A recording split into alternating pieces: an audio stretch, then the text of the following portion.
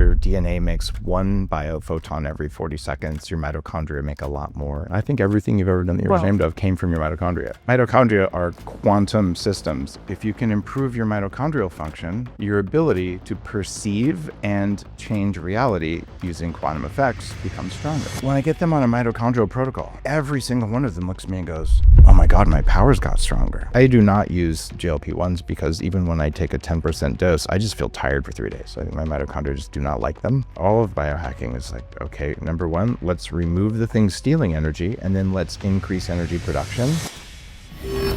You're listening to The Human Upgrade with Dave Asprey.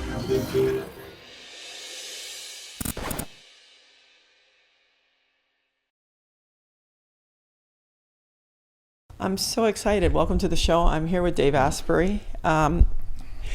It's interesting, in getting ready to visit with you today, I thought, you've talked about every kind of hacking. You are, I would say you're the, however you want to say it, the godfather of this category. It's like somebody who took the idea, consolidated it, and really went with it. And named it, yeah.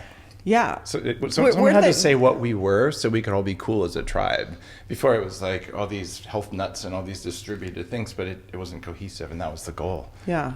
Well, it takes somebody who comes from like a technical background, I think, to do something like that. So for people, obviously you've been around for a very long time, but just to, you created Bulletproof 360, and you now have Danger Coffee, Upgrade Labs, which there's some interesting products I want to ask you about for the muscles. Cool. Because as a lady, I don't want to calm down, Dave. I like it. We're in the gun show already in the first 4 minutes. True Dark, which I imagine you're wearing right now. Exactly. 40 Years of Zen, and you've written many books: Smarter, Not Harder, Heavily Meditated, Superhuman, Headstrong, Fastest Way, and the cookbook for Bulletproof. And a fertility book. That was my first one. That was smart, because that's becoming a bigger and bigger issue. Well, it's because the mother of my children, my former wife, was infertile. Yes. So I wanted to have babies, had to hack it. Yeah, but and she worked in the field. Yeah, she's a medical doctor, yeah. Yeah, and you have 2 kids. I so do. there it worked. It did work. You have Anna 17 and Alan who's 15. Is that right? Wow, and you are so well researched. I'm pretty close. Anna's 19 now. Oh, she is? Yeah, just turned 19. Okay, let's go there. Let's just be human for a minute before we get into all the data, because I in our house we're sort of at a place also mixing. You want that good data. You want those good hacks, but we're always sort of like more experience also. How has the experience been as a father? Because maybe to look at you from the outside, one would think part of this, you were solving a problem at, was it 26 or thereabouts? Yep. For your own health, which is funny, indirectly behind your parents. Like you're helping your parents, and then they go, hey, you come in, and they go, oh, my guy, you need some tea and you need some other stuff. Right.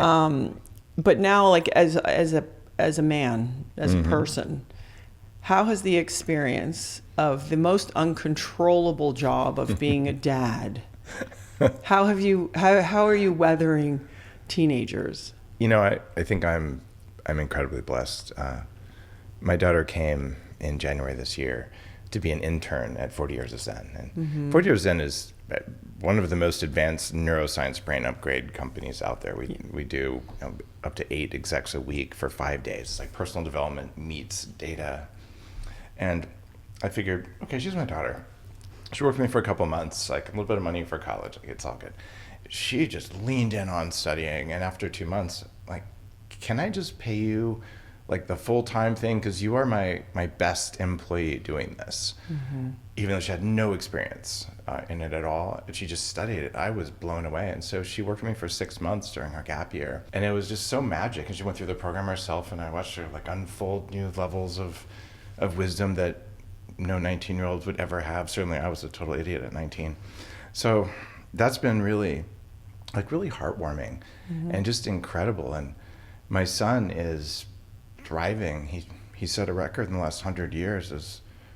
He goes to like a British style boarding school, and they have I was like the best student in the school of any age in a subject.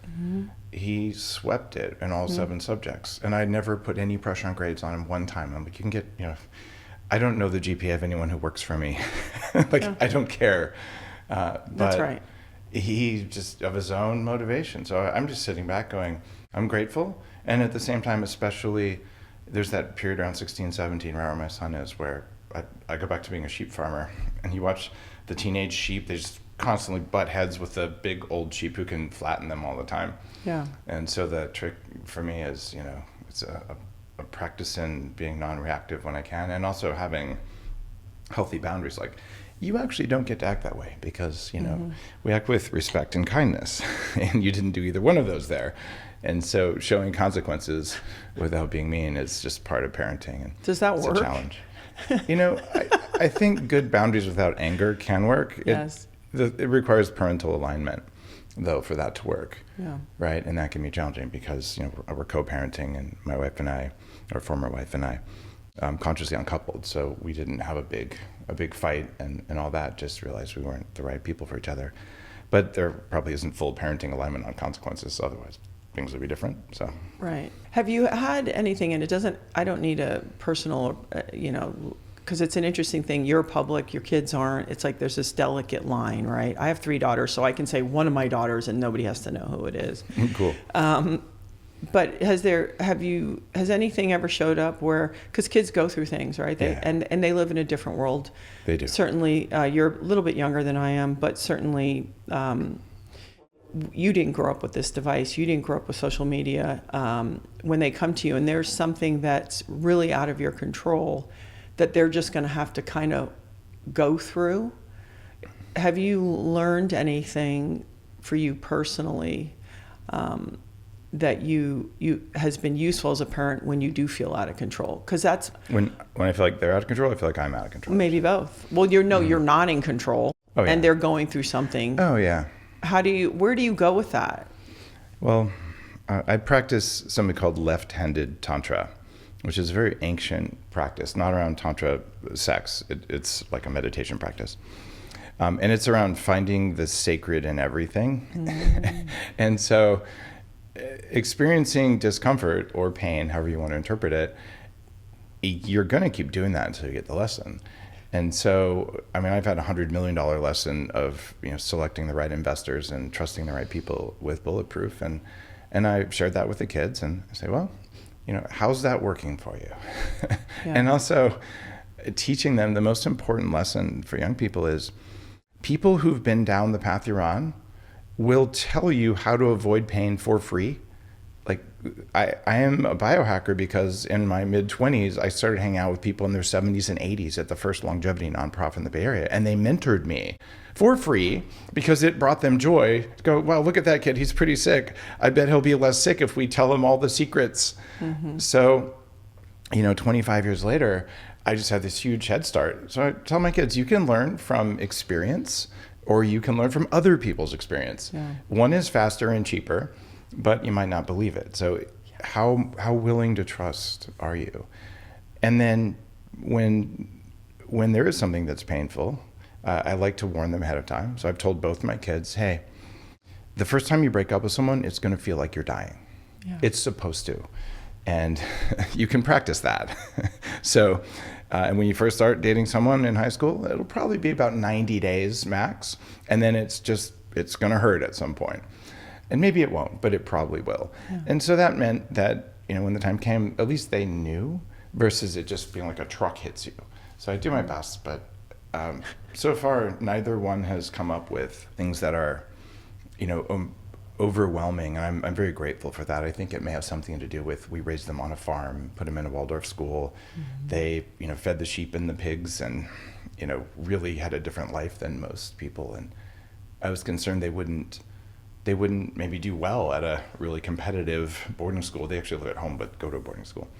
And I guess my fear is that all that emotional education they got instead of advanced reading and math at a young age, they're killing it. And my daughter now started her first Instagram page after not really having Instagram or Instagram account. It's called neuromogging. Oh. Do you know what mogging is? Yeah, I do. So, okay, that's unusual. I didn't know Well, what it was. listen, I know what mogging is, but then somebody said the word glazing to me the other day, and I had to get the full definition for real. So I do know what mogging is. That's really interesting. The history of mogging is interesting because it was from the pickup artist community. So it's like kind of a toxic male thing. And I don't believe most male things are toxic, but I don't either. Yeah, the pickup artist mindset is pretty unpleasant. It's just not respectful of humans. To mog on someone is to basically say like, I'm so overwhelmingly better than you in this, like I'm showing off. Yeah. But for a woman to take that word mogging from that background and say, oh my, I'm neuromogging, I'm brain mogging, and talk about neuroscience on Instagram, I think it's cool. Yeah. And she's like claiming a word that is kind of a little bit ugly and ironic and just making it fun. Yeah. And like, we must be related. So. Yeah, I was going to say, there's some Yeah. cellular download. You mentioned the farm, which for me just makes me think of nature. And, I think you first what were you, about 300 pounds, you said? You got I was up to? 300 pounds, yeah. So the body was kind of the obvious, and then you've certainly moved into the brain. But I love to talk about, because for me, I've always looked at, we have obviously really different backgrounds, right? I come through sport. I come through sort of having that language at 17 or 18. Yeah. And then going on from there. And then it was all, for me, it was like a performance, jump higher, hit harder, Yeah. recover, all these things. And actually recovery, I wish I'd known what I know about recovery now when I Yeah, played. no kidding, right? But I didn't. But then you kind of, as you move through your life, right, you have relationships, you have a family, you start businesses, you do all these things. For me, then the body became like this avatar, this antenna. Ooh, I like those words. I talk about antennas a lot. Yeah. And so I'm wondering, since you're deep, you're 25 years into this, the spirit part, the consciousness part. I'm just wondering, for you, where you are today, you've played around, about the gut, the nervous system, metabolic function, mitochondria, all these things in the body, and then you go, oh wait, the brain, who's really in charge? And now I'm so fascinated to know from the spirit side, from the consciousness side, because people start there, but I think if you push through enough of this, you start to go, wait a second, the conscious, the spirit, the essence, where has this taken you and landed you? Because I don't know that you can hack that part. Can you? You can. Come on, Dave. You want me to tell you how? I'm down. All right. So I used to be autistic. No, I mean, that's also, I hate the word superpower because I got licensed, like, what's your superpower? What's your kryptonite? Yeah, it's been overused. But also, I looked at it and I thought, oh, this is part of this guy's superpower. Oh, I see patterns like very few people. And it's absolutely a gift. Problem is, it always comes with hypermobility. Like 80% of people with autism have dysfunctional collagen formation, which I do. In fact, last week I did my whole genome sequencing and then ran it through some new AI stuff. And I was like, oh, look, I do have Ehlers-Danlos syndrome. I figured it was likely, but I hadn't confirmed it genetically. Ehlers-Danlos is a collagen disorder, relatively common. But what it means is that I've had leaky gut since I was a kid because my gut lining isn't tight the way it should be. My ligaments don't work, so my muscles are overworking and they form scar tissue easily. And that means my blood-brain barrier is leaky, which is correlated with autism. So gut bacteria get in. But the reason I bring up autism is that it means I can spot the patterns. And when I started the biohacking movement, I didn't trademark the word because I wanted it to be a global movement. And in 2018, Webster's added it as a new word in the English language, and my name's there in the online dictionary for it, which is crazy. Like, wow, that took 7 years after the first blog post about it and the first tweet. So during that time, I talked about the edgiest stuff I could get away with. And at the beginning of this, I'm like, well, put butter in your coffee. The amount of outrage from fat doctors, oh my God, they were so upset. I'm like, guys, maybe you should try it because you're a little bit heavy there, right? Like, if you look really, really healthy and you are really healthy in your labs, like, let's talk. But if you're gonna tell me that I'm wrong and I'm healthier than you, even though I have crappy genetics, like, I think we need to have a conversation. So I started out with butter and earthing and red light therapy and the power of darkness and sunlight and colored glasses. That was enough. So I was pushing the boundaries before it just became crazy. But I went in 1999 to Peru and did ayahuasca with the shaman. And when I went down there, I asked around for it, and they looked at me and they said, "You're white." I said, "I know." And they said, "It's for locals. Why would you ever want to do this?" It wasn't a tourism industry. In fact, I'm very concerned about the misuse of ayahuasca right now. And I did that. And so there's been this very rich spiritual path that I just never talked about, because how do I get Silicon Valley tech entrepreneurs like Jack Dorsey, who drank butter in his coffee for a very long time, maybe doing it still to this day. And, you know, we actually tweeted about it a few times. It's too funny. How do I get those guys on? Because if I start talking about spiritual stuff, it means you're not a credible scientist. Yeah. And I come from a family of like national laboratory PhD scientists. Grandmother's a PhD nuclear engineer, grandfather physical chemist. You say you have bad genetics, but... Well, I have good brain genetics. I just have bad physical genetics, like the health stuff that I have to manage to be functional. I'm absolutely certain if I didn't know biohacking, I'd be disabled, unquestionably. In fact, I bought disability insurance when I was 26. Really? Yeah, because the doctors said I was healthy. I passed all the tests. Oh yeah, I love that. You're fine. Yeah, I'm like, so I don't know. I can't tell you that anything's wrong, but I just feel like I have the accelerator all the way to the floor all the time, and I'm slowing down, and I can push harder, but there's nothing there. And I mean, it was a gift, all of it.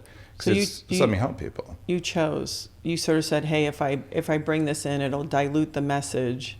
And so I'll kind of shelve that as a personal. Yeah. And I sprinkled the spiritual in. So spiritual people would be like, oh, we know what he's doing. I'm like, isn't it weird that the idea for putting butter in coffee and the idea for biohacking came to me on the side of the holiest mountain in the world, which is a 5-day drive to remote Western Tibet? I wonder if I have a spiritual practice. And, you know, I've studied shamanism, and I'm actually one class away from a minor in religious studies in my undergrad. So I'm interested in this stuff because it didn't make any sense to me as a rational Western computer science guy. And where I ended up is that the spiritual stuff is absolutely real. And for people to deny that, it takes a lot of trauma and just willful disregard of things that are right in front of you. And it's okay if people do that. You can have whatever mindset you want. But how does it actually work? Well, we know because of math and science that the lowest level of reality is quantum fields.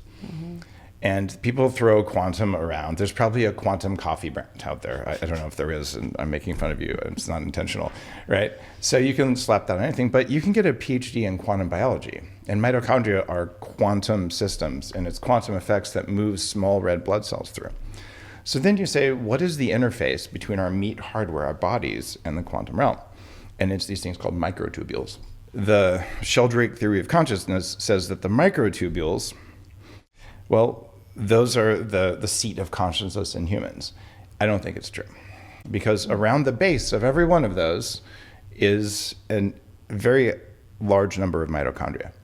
So what it really means is that your mitochondria are aiming a whole bunch of little tiny, think of them like the SETI antenna dishes aimed at the stars, but this is happening inside your body.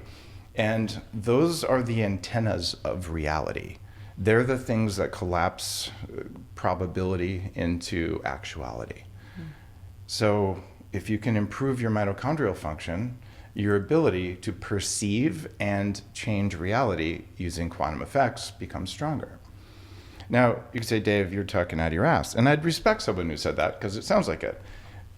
The thing is, I've had the honor of working with some profoundly powerful spiritual gurus, guys who can do things, women who can do things.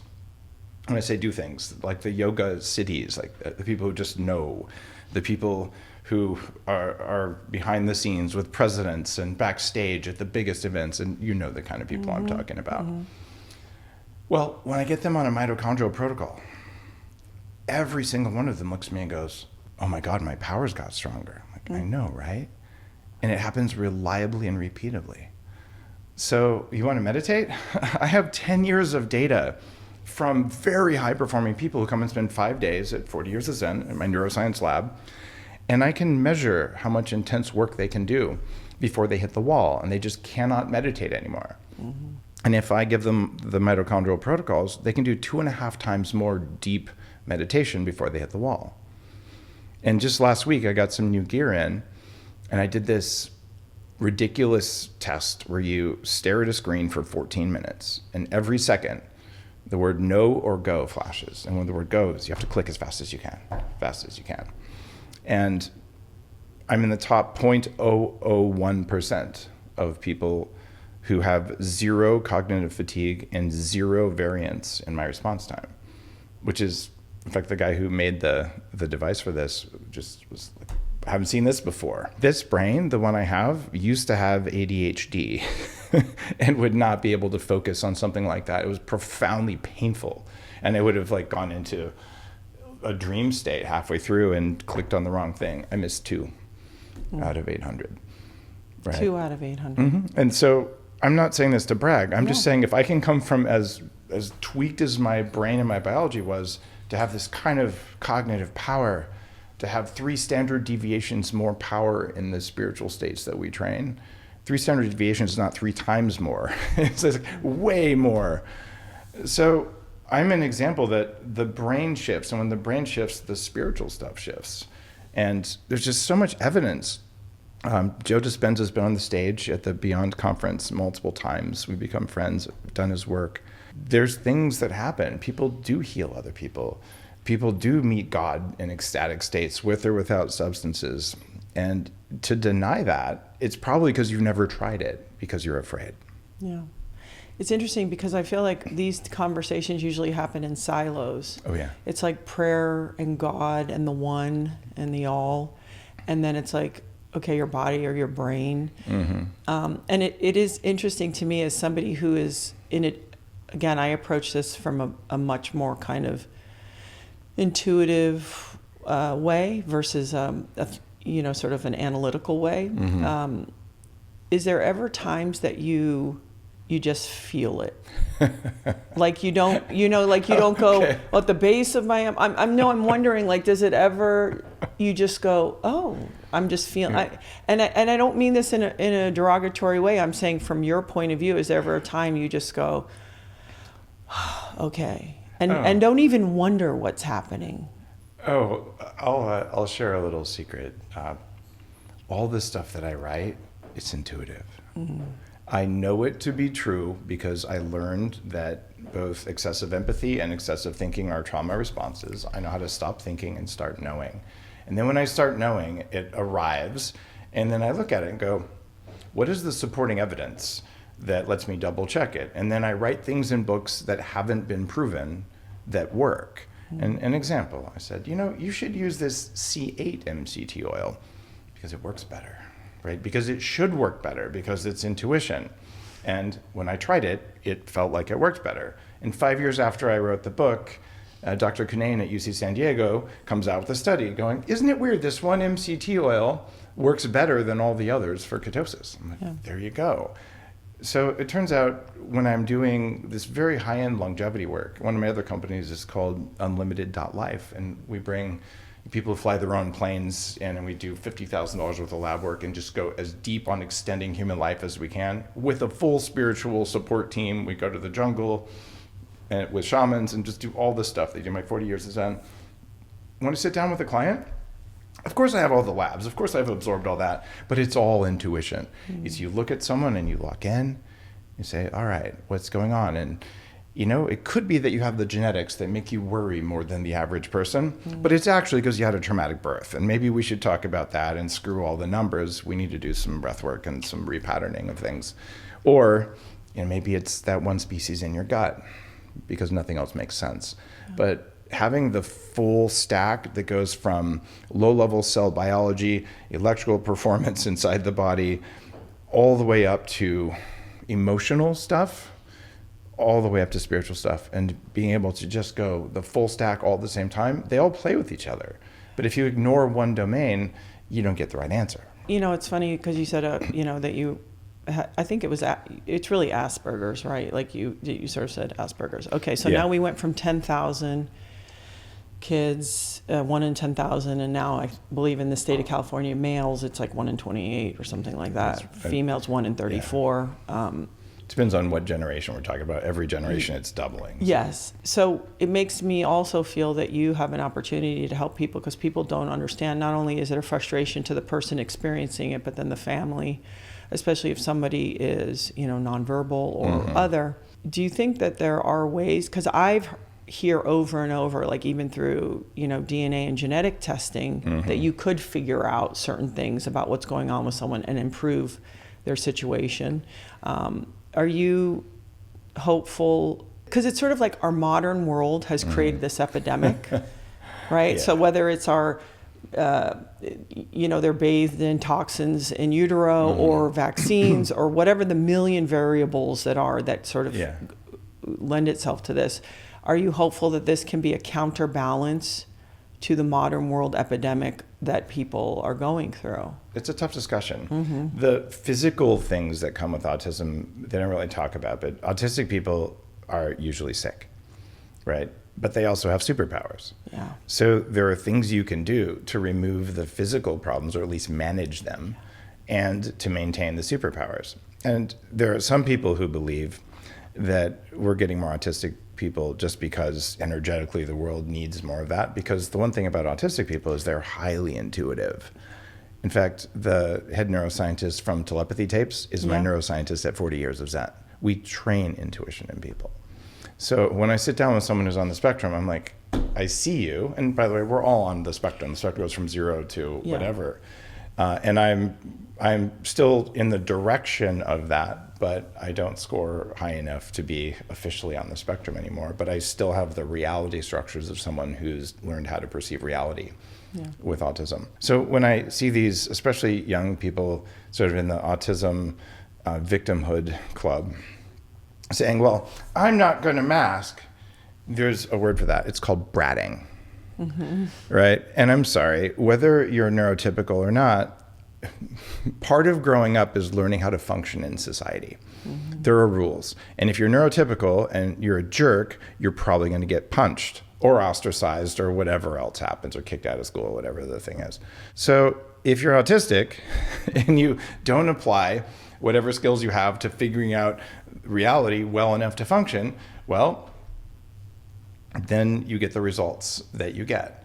So the fact that it's more challenging for someone who has autism, I respect that greatly, having been through it.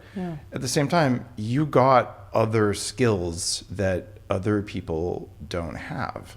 So the reality is life isn't fair. We all get a mixed bag of crap. And if you got autism, dude, it sucks, but you can make your brain work much better. And when your brain works much better, you can regulate yourself, and then you train yourself. And then all of a sudden, like, wow, like, does everyone else not see the obvious things that are going to happen? And like, one thing that's painful for me is I can sit in a room and I can say, if somebody does this thing, this bad thing's going to happen, because I see all the steps. And then they do it anyway.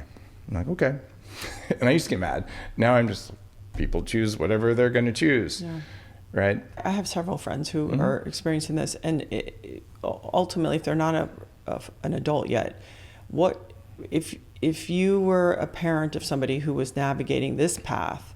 Because in a way, when I hear you, it almost feels like, well, it's sort of angels that are getting born into the world to help the world. Yep. But if you're a parent that's like, hey, could I make this easier on the person and even our family? Oh, you can, 100%. What's a realistic? Okay. Because you're the sharp end of the stick, right? And we need that. I've known many sharp ends of the stick, and I always say, listen, that's the dye in the water that we all get the hue.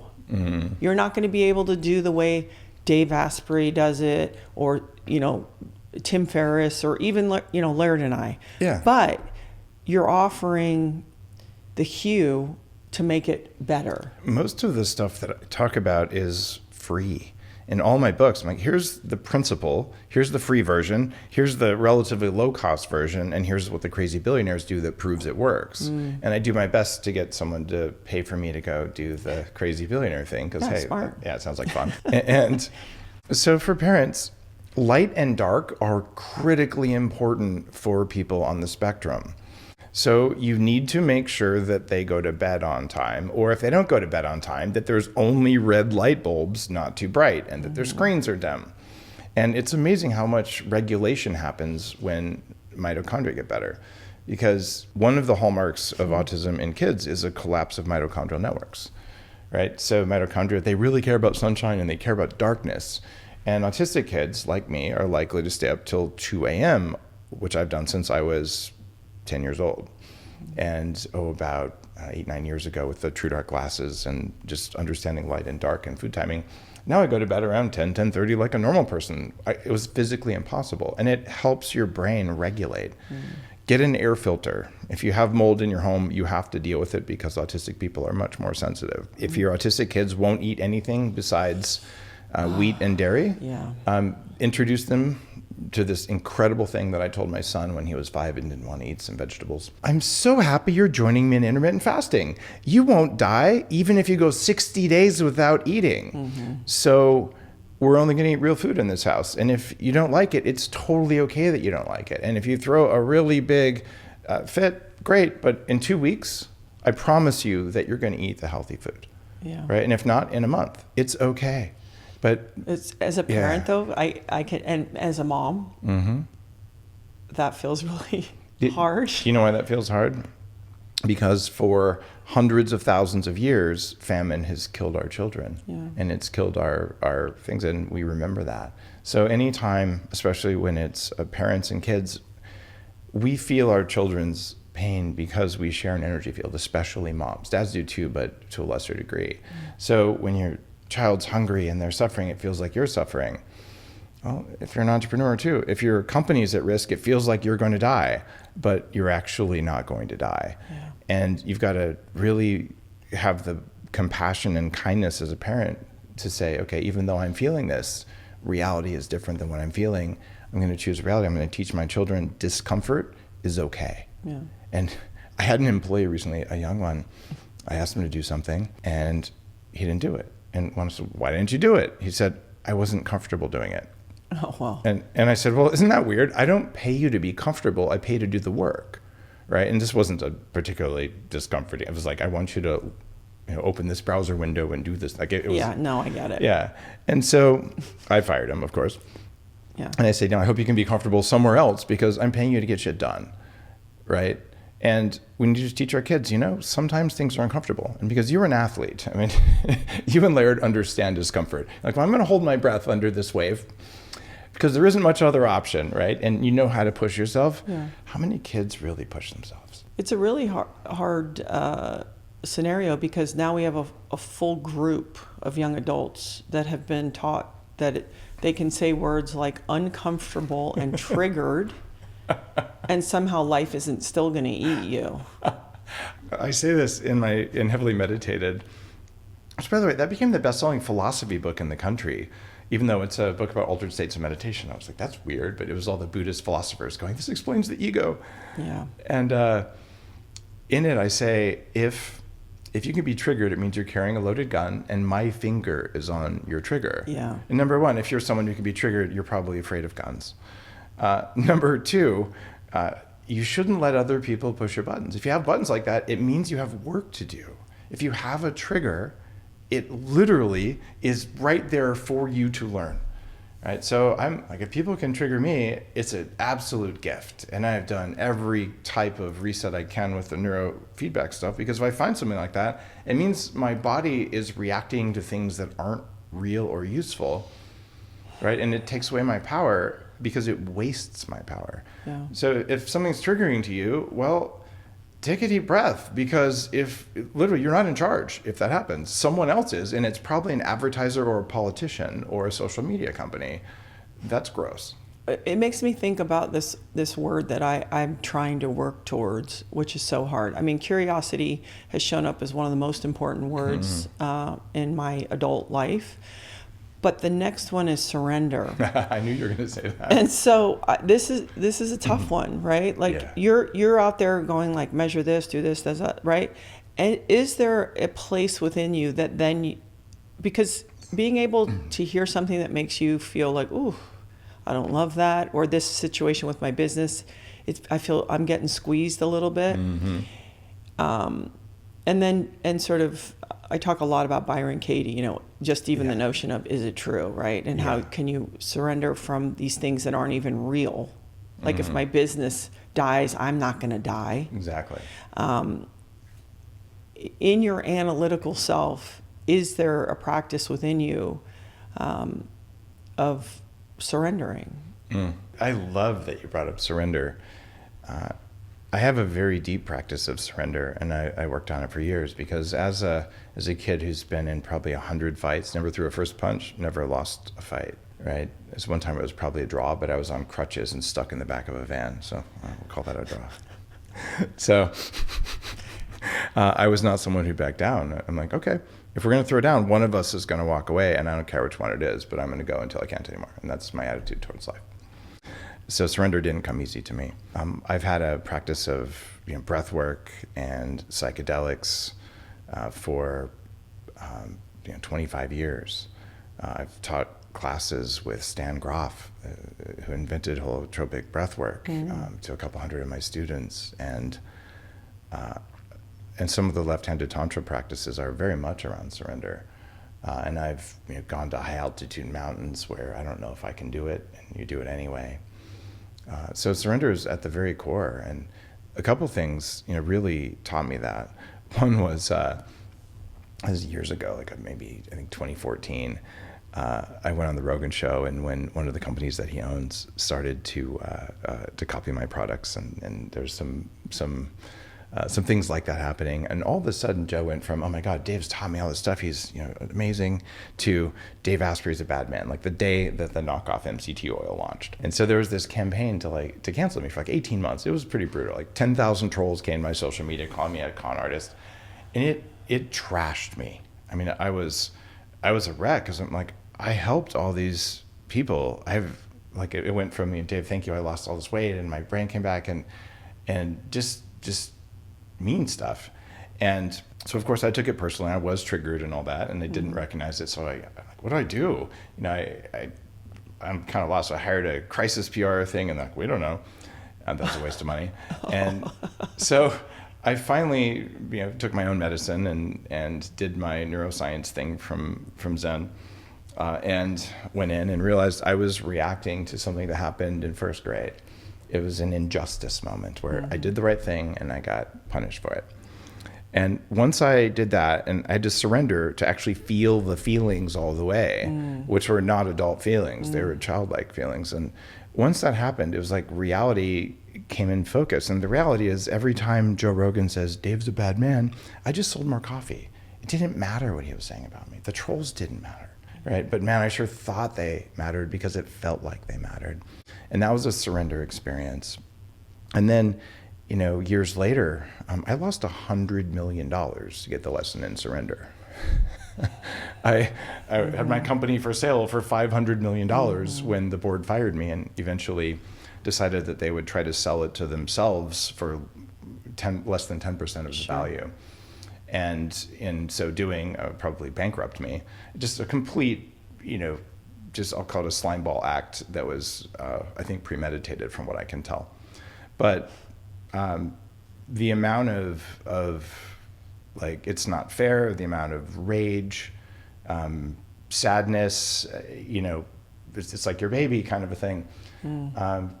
There's no way to make it through that and be whole and happy without learning surrender at a very deep level. So I got the lesson. It was a very expensive lesson, but the lesson behind it was discernment as well. Like, you got to pick your company very carefully. And your investors and your board and everything else. Yeah. Yeah, I had a company recently, but on the fitness side, basically taken. And my response, it was interesting when you're in it. I was like, okay, I'll fight a little bit. Yeah. And then when I could see there's nothing to do, it was like, surrender, create something new. Because maybe that's what's better for us. Yeah. Is maybe we're different than we were 10 years before. And so maybe the opportunity to create something that is really a reflection of what you know and who you are is greater. But keep the energy going and going and fighting and fighting. Oh, and then what are you going to do? Get lawyers and all that. Yep. It just keeps you, delays you from creating the new thing that you're meant to create. It totally does. When I finally surrendered and said, I'm just going to do Danger Coffee. It's a different concept than Bulletproof. Give me another year or two, I'll sell more coffee than Bulletproof does, right? And rather than just continuing a fight like that, I did though when I decided to fight. There's that old parable: it's better to be a warrior in a garden than a gardener in a war. Yeah. So when I pulled out the legal stuff, I pulled it out in a way I don't think they were expecting, because maybe they thought I was a pushover. No, I'm just relatively peaceful, but I'm also the warrior in the garden, and so. At least that salvaged some things.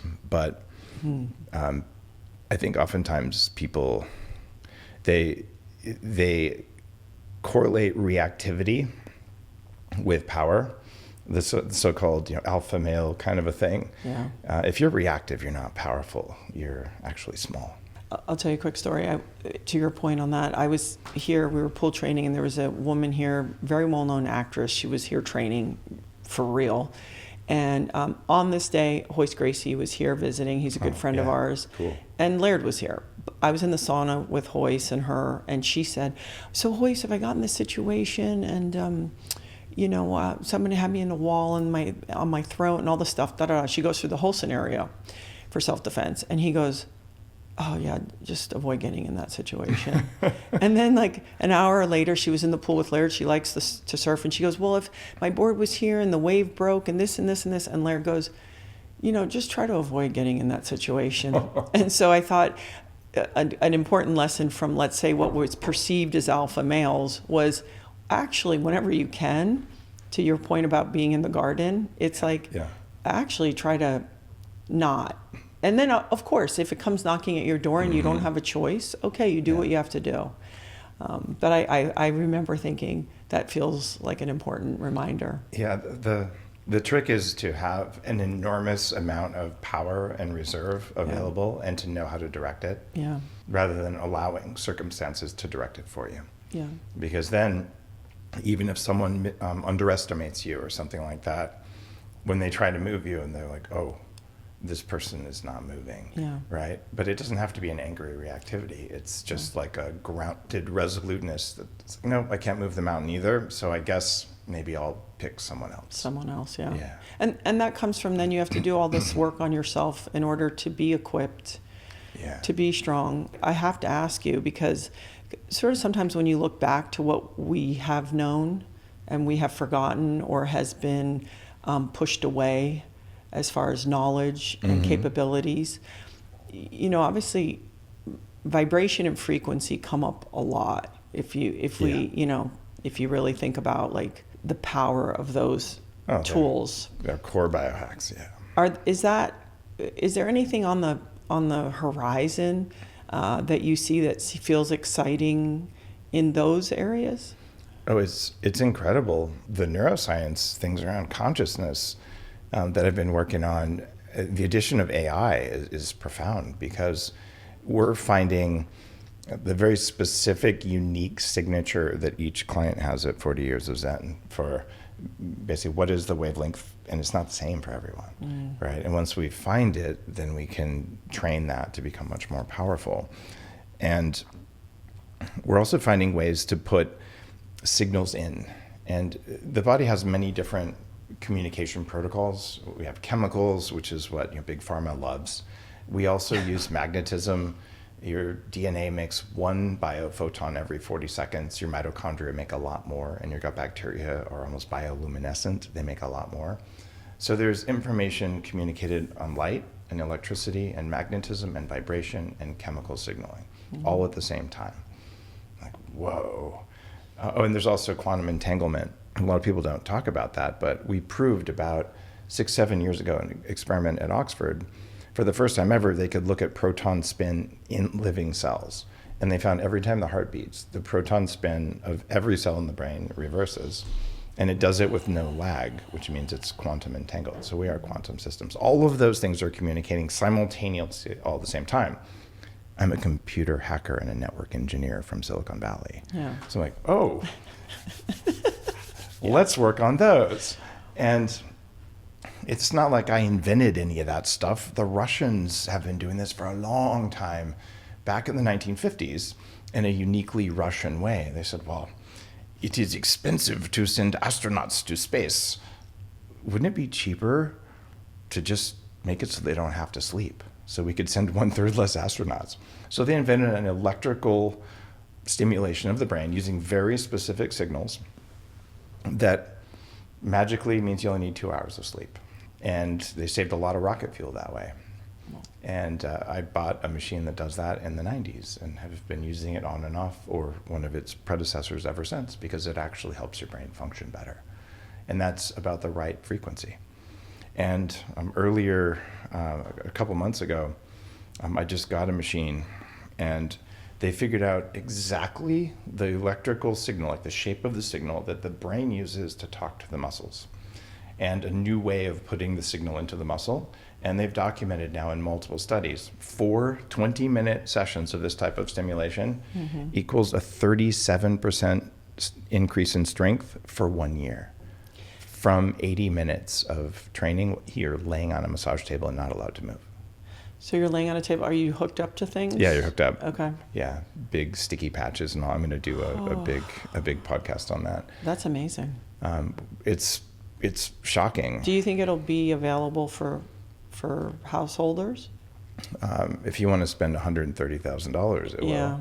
It's the kind of thing that gets flown around with professional sports teams. I was going to say, besides athletes, is anyone going to be able to use it? Well, that's the same question everyone asked in 1985 about cell phones. Yeah. It was only the studio executives in their Mercedes convertibles with a $40,000 mobile phone. And $40,000 back then was like, $1 million now. Thanks, Biden.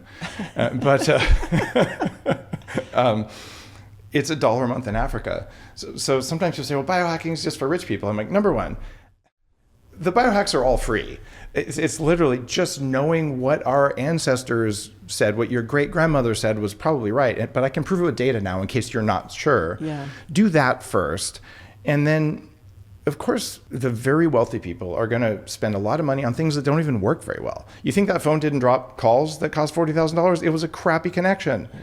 But someone has to go first. And that's the role of me. I've spent $2.5 million reversing my age, fixing my biology, and making my brain do things I had no idea were possible. And I did that over 20 years. I don't think you need to spend $2 million a year. You can if you have the money and you really want to, but it's unnecessary, and it's actually probably spiritually poisonous to do that. It's very easy to get caught up in the data. Yeah. I am not a fan of that approach. I love having all the data when I'm working on a problem. But if it's not something like, okay, why is the system doing this? Well, let's get the data. Let's figure out if this leads to this, leads to this. Okay, then let's figure out the supplement or the behavior, whatever, right? But then we're done and we can track something else. And it becomes about curiosity and play, like what's possible instead of like a chore. I learned a long time ago from people 3 times my age that it's pretty easy to spend 8 hours a day on your longevity practice. And if you do that, you're not living? Well, you're going to have to increase your life by 50% just to get back all that time that you should have spent making love, connecting with your family and your community, or making a really good ribeye or whatever. Mm-hmm. So around 20% of the longevity movement is actually people terrified of dying. And the majority, about 80%, and this goes back over the last 20 plus years of observing kind of the different conferences and different camps, and the like death is a loss is hilarious because birth and death are the same thing and everyone does them. Yeah. And even if you're one of the immortalist types, the universe will collapse in on itself. So my take, which I would not have said 20 years ago because I just hadn't seen enough, is that we're all going to be around. Well, okay, that's not technically true. Unless you do some very weird spiritual stuff that can actually permanently dissolve you, that no one listening to this is likely to ever come across, you are essentially immortal anyway. You just get to ride around in different bodies. Yeah. So, dude, what's the problem? I will die at a time and by a method of my choice, and I have no issues with it whatsoever. And if I'm done, I'll check out, and it's okay. I see people with deep faith having a sense of this, or people who have used psychedelics, where they've sort of connected to the source, and this notion of that your spirit is it's endless. But physically dying is a natural cycle. It's exactly the same as being born. And when you start seeing it as a spiral versus a line, my mother passed earlier this year, and I just felt almost the same thing that I felt when my kids were born. Like it was her time. She chose. She actually died, we'll say, elegantly, and that the fear that I was expecting her to have, she just somehow dropped it, and it was beautiful, right? And there's a sense of peace that comes with it.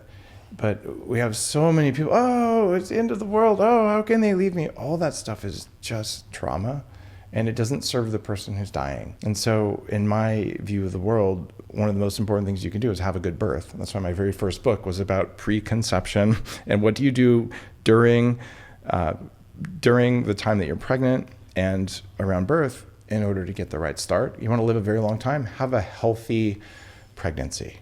Oh my God, the advantages it gives you are amazing, and they're more important than stem cells and all the cool stuff I've done to my biology. Just having a healthy gestation. Wow. So we can do that and then have a good death. If you do those two things right, you can get away with a lot of bad stuff in the middle if you want to. But you still want to live to 180-ish. I want to live to at least 180. Okay.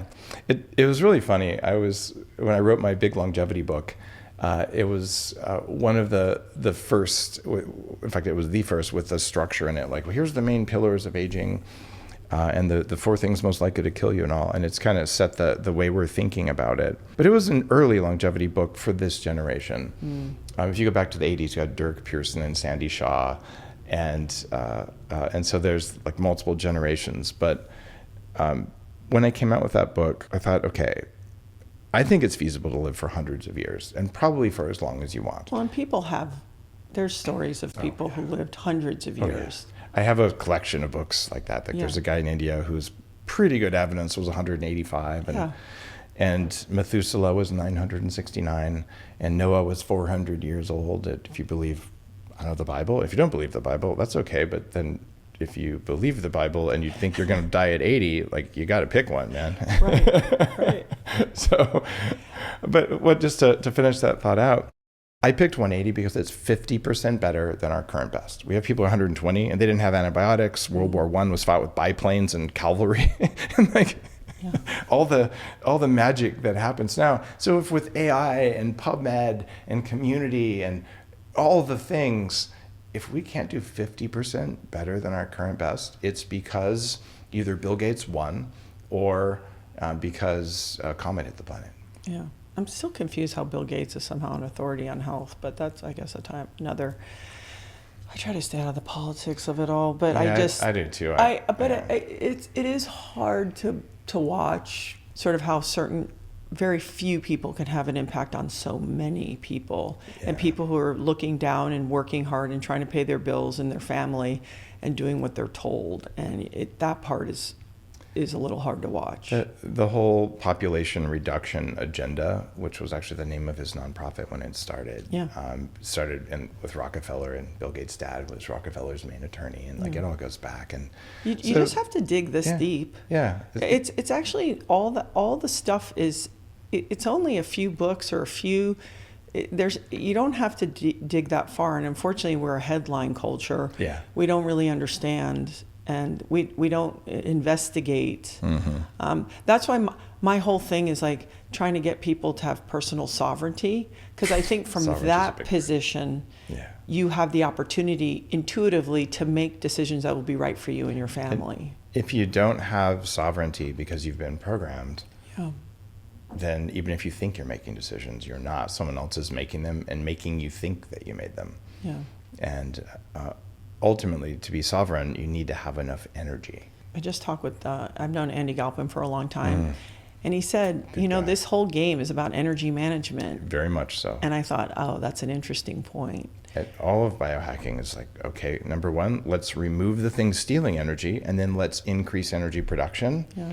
And the things that steal energy can be toxins and nutritional things and circadian disruption or trauma.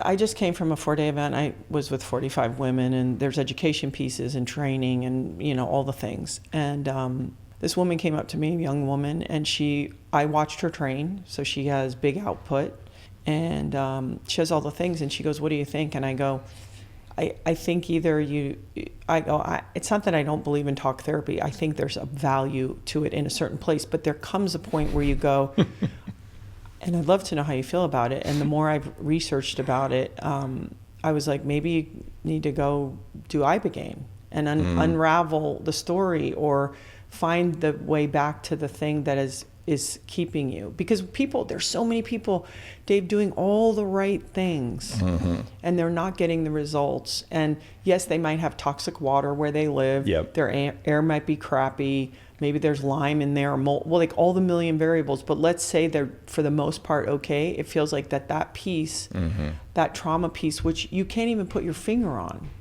is the one that gets a lot of people. Working on that is the thing that brings me the most joy. To me, it's profoundly beautiful when someone gets awareness of it. And there's a clear path to doing it. And you've got to understand that your body will tell you what it is. It's the very first thing that comes into your mind.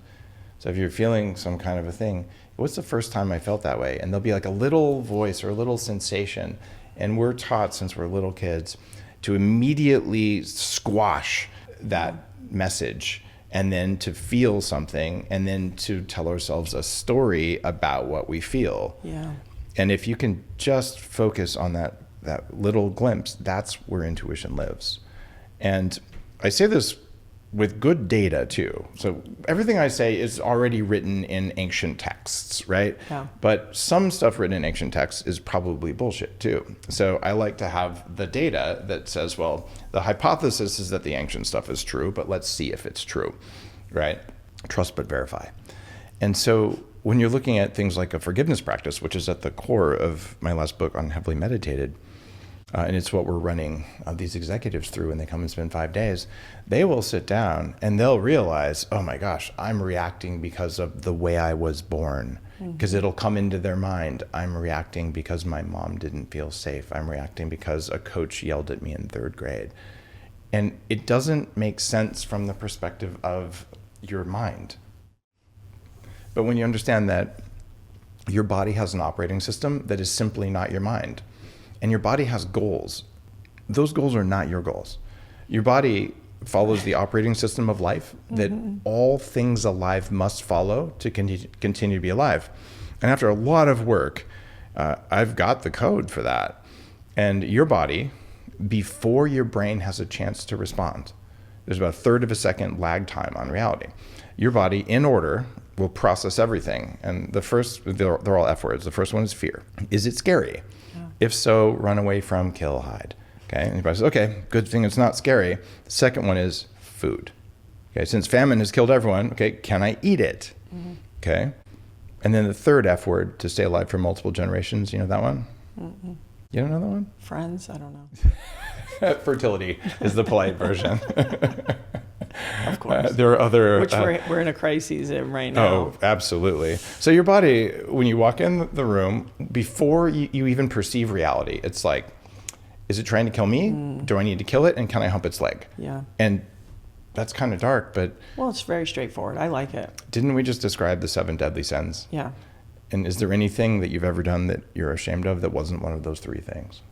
I think everything you've ever done that you're ashamed of came from your mitochondria. Yes. That's the source of egoic behaviors. Yeah. And luckily, as I've gotten older, those gaps are much bigger because... Wisdom. Yeah. And also just training, and your body at some point, this incredibly complex distributed intelligence that sits in your body, and it runs really fast and really dumb, and it keeps you alive. So it's going to make sure you breathe when you're not paying attention.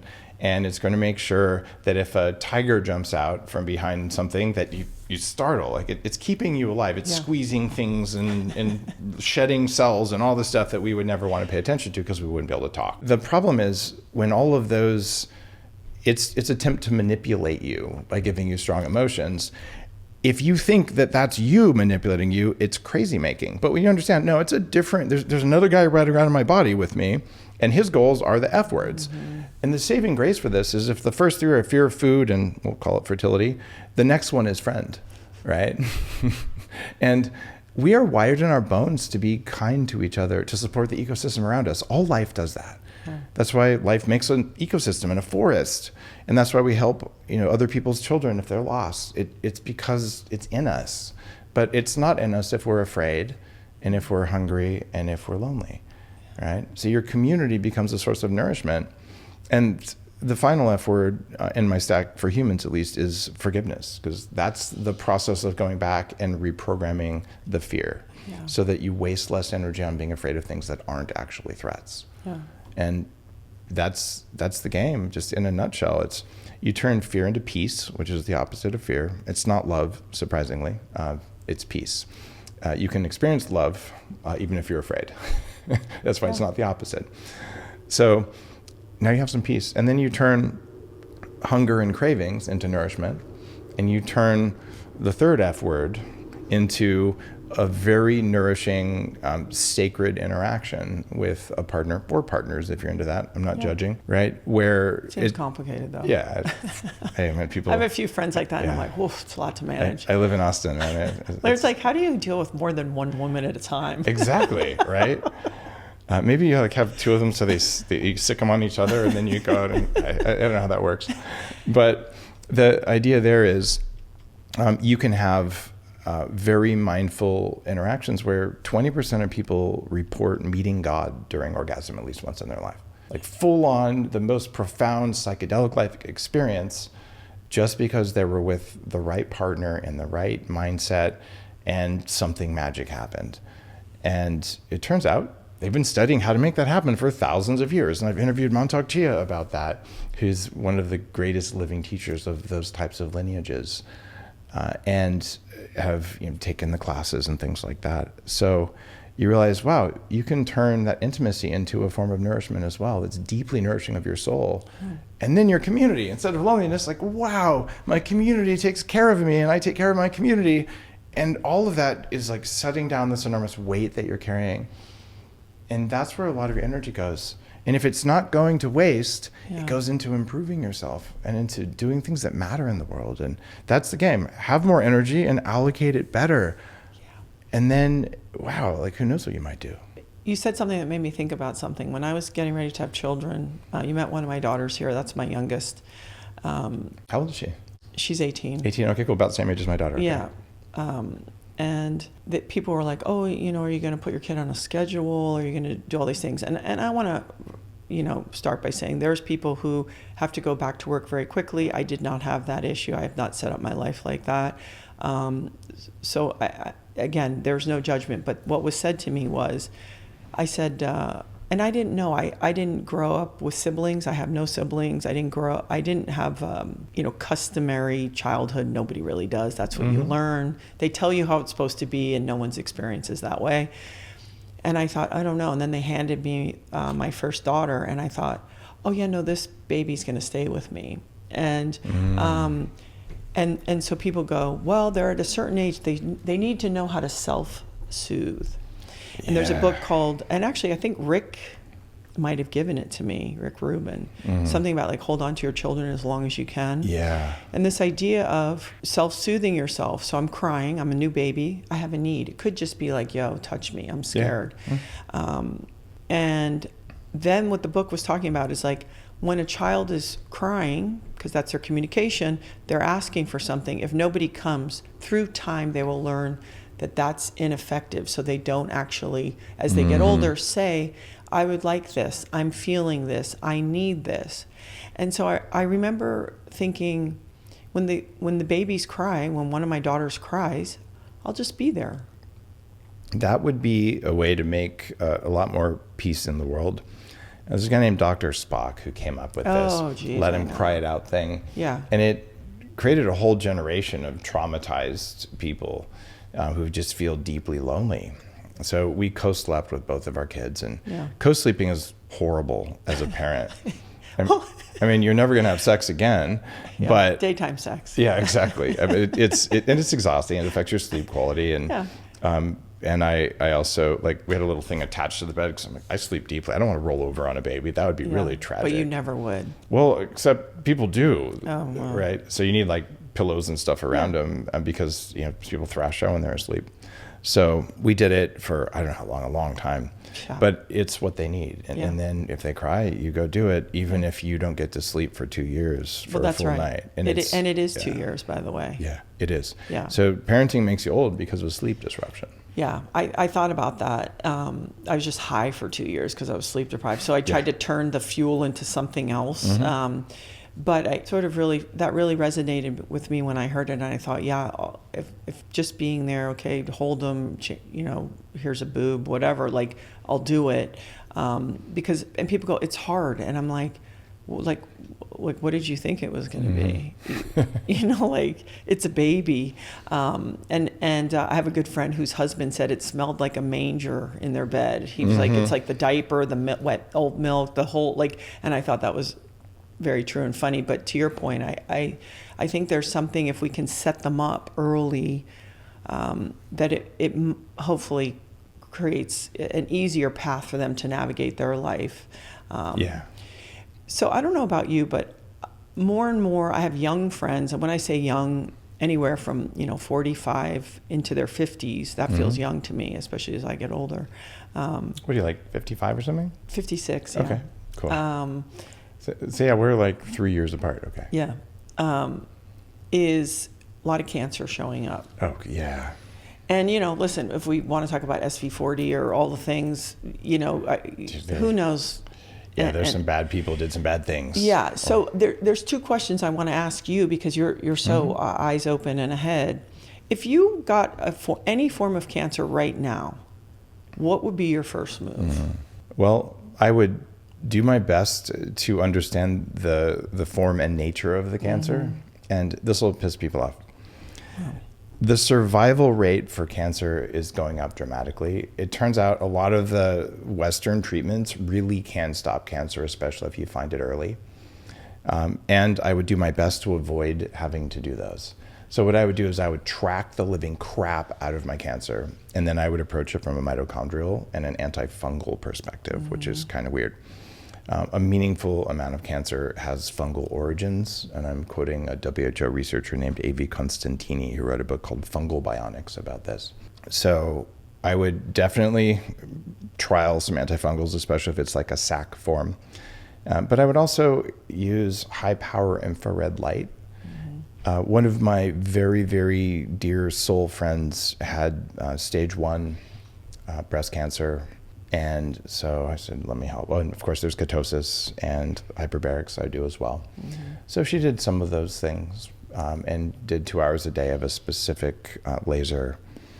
And when they went in to do the surgery to take out the lump, they couldn't find it. It was gone. Perforated, No, it wasn't perforated. It was gone. There was no more lump. It took 6 weeks, and there was just no more cancer. So, it had been biopsied. There were markers. They went right where the markers were. There just was no more cancer. And I worry a lot, though, when people say, oh, I'm just going to do a natural thing. There's a book, Thomas Cowan has a book, Cancer and the New Biology of Water, that's got a very different perspective on it. I don't think cancer is genetic, but you can sequence the genes and you can do a cancer vaccine that actually really works. It's a customized, personalized cancer vaccine. And so the immunotherapies work really well, but what I would do is I would track it. So if you're going to pray over it and go do a Joe Dispenza healing, which I would also do, and hire a shaman and do all the things, you have to make sure they're working. And the people who say, I'm just going to believe it's working and not check, those are the people who die. Yeah, and that's why I wanted to ask you, because I feel like your relationship with data, but also the other side. I have a friend that did do it this way that you're talking about. He had kidney and lung cancer, and he did a very rigid protocol using some of the modalities that you just mentioned, and he got better. It happens. The fenbendazole is, I did a podcast like 8 years ago about that, and now they're combining it with ivermectin. And these are antifungals, but they also have effects on cell receptors and cell membranes that are not about the antifungal effects that also help. And it's funny, those are really just postbiotics. Yeah. They're found in soil bacteria, right? Isn't that weird? So I would throw the whole bucket at. I'd be doing methylene blue, I'd be doing rectal ozone, I'd be doing infrared lasers, I'd be getting my sunshine and my vitamin D. I would not go on a vegan diet. The amount of, especially for breast cancer and many others, the amount of oxalate crystals found in breast cancer is insane. So you get oxalates if you're on a vegan diet. Oxalates are plant toxins that cause all sorts of havoc in our bodies. So I would be more on the meat base, but I would not be a zero carb person unless you knew that you had certain kinds of cancer where you need to do that. Right. Sometimes ketosis is important. However, especially for women, being on a zero carb diet for long periods of time, it's really stressful on the body. It's for men too. That's why when I wrote my first really big nutrition book, guys, cyclical ketosis, have carbs on Saturday, do not be in a zero carb state for long periods of time, but don't eat random carbs on Saturday because a lot of plants are toxic. So have some white rice, have some honey, have a piece of fruit or something. It really affects outcomes to be able to just pulse it. And there's also something called the Moss Report.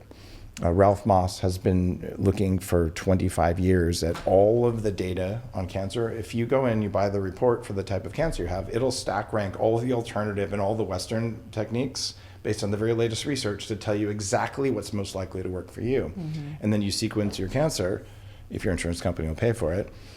And by the way, insurance companies have no business being allowed to pay or not pay. In fact, we should mostly put them out of business.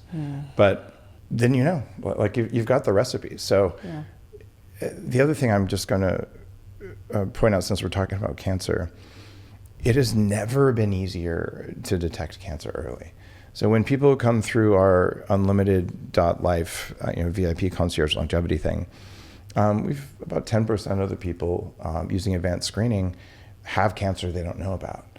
And in the US, you can go to Prenuvo or any of the MRI, whole body MRI companies. And I did an episode just saying, guys, here's how I'm doing this. And they called me a couple months later and they said, well, the people who said they heard about us on the show, 25 people's lives were saved. They had aneurysms about to blow. They had cancer that was going to kill them. They didn't have any idea. And they found out about it. So we couldn't do this 5 years ago. This is magic. And you can get a blood test and find 40, maybe even 100 different kinds of cancer just in your blood, just by the inflammatory cytokines and signaling molecules. So if you were forcibly vaccinated, or maybe even just deceived into not being forcibly vaccinated with the COVID stuff, your risk of soft tissue cancer is much higher. You must do a cancer screen every year, probably for the next 10 years. I'm so glad you brought that up, because if people got COVID, you could hear about maybe there's some AFib stuff going on. If they did get vaccinated or feel like they were vaccine injured, is there anything showing up that you see that you go? I know you talked to Peter McCullough, who I really appreciate. He took a really big hit for what he did. Are there protocols? Is anything showing up as genuinely helpful? Because I think there's a lot of people walking around going, oh, I had to, my job, I'm a business, whatever the reasons were, or at the time they trust the science, they did what they thought. Are there protocols if they go, hey, I'd like to see if I could minimize the impact of this on my body or my family's body? Mm-hmm. The single most important thing you can do if you were vaccinated is to take high-dose nattokinase. Mm-hmm. Nattokinase is an enzyme that's derived from a fermented soy product. Which most people can't eat. That stuff tastes like snot. I have a kid in love with it. Really? Yeah, she puts it on rice with a raw egg. Wow, my kids love sushi, but not that kind of sushi. Yeah, well, they grew up part-time in Hawaii, so they were exposed to it early, so natto. Anyway, so go ahead. And you can't really get enough nattokinase from eating natto to do much, but natto is a good source of vitamin K2, which is probably its primary benefit. So the big brother of nattokinase is serrapeptase, which I've been taking at high doses for 25 years because it also breaks up scar tissue in the body, and my body makes a lot of scar tissue. Mine too. Yeah, Mine too. Do like 1 million units on an empty stomach of serrapeptase. Okay. And the tissue adhesions go way down.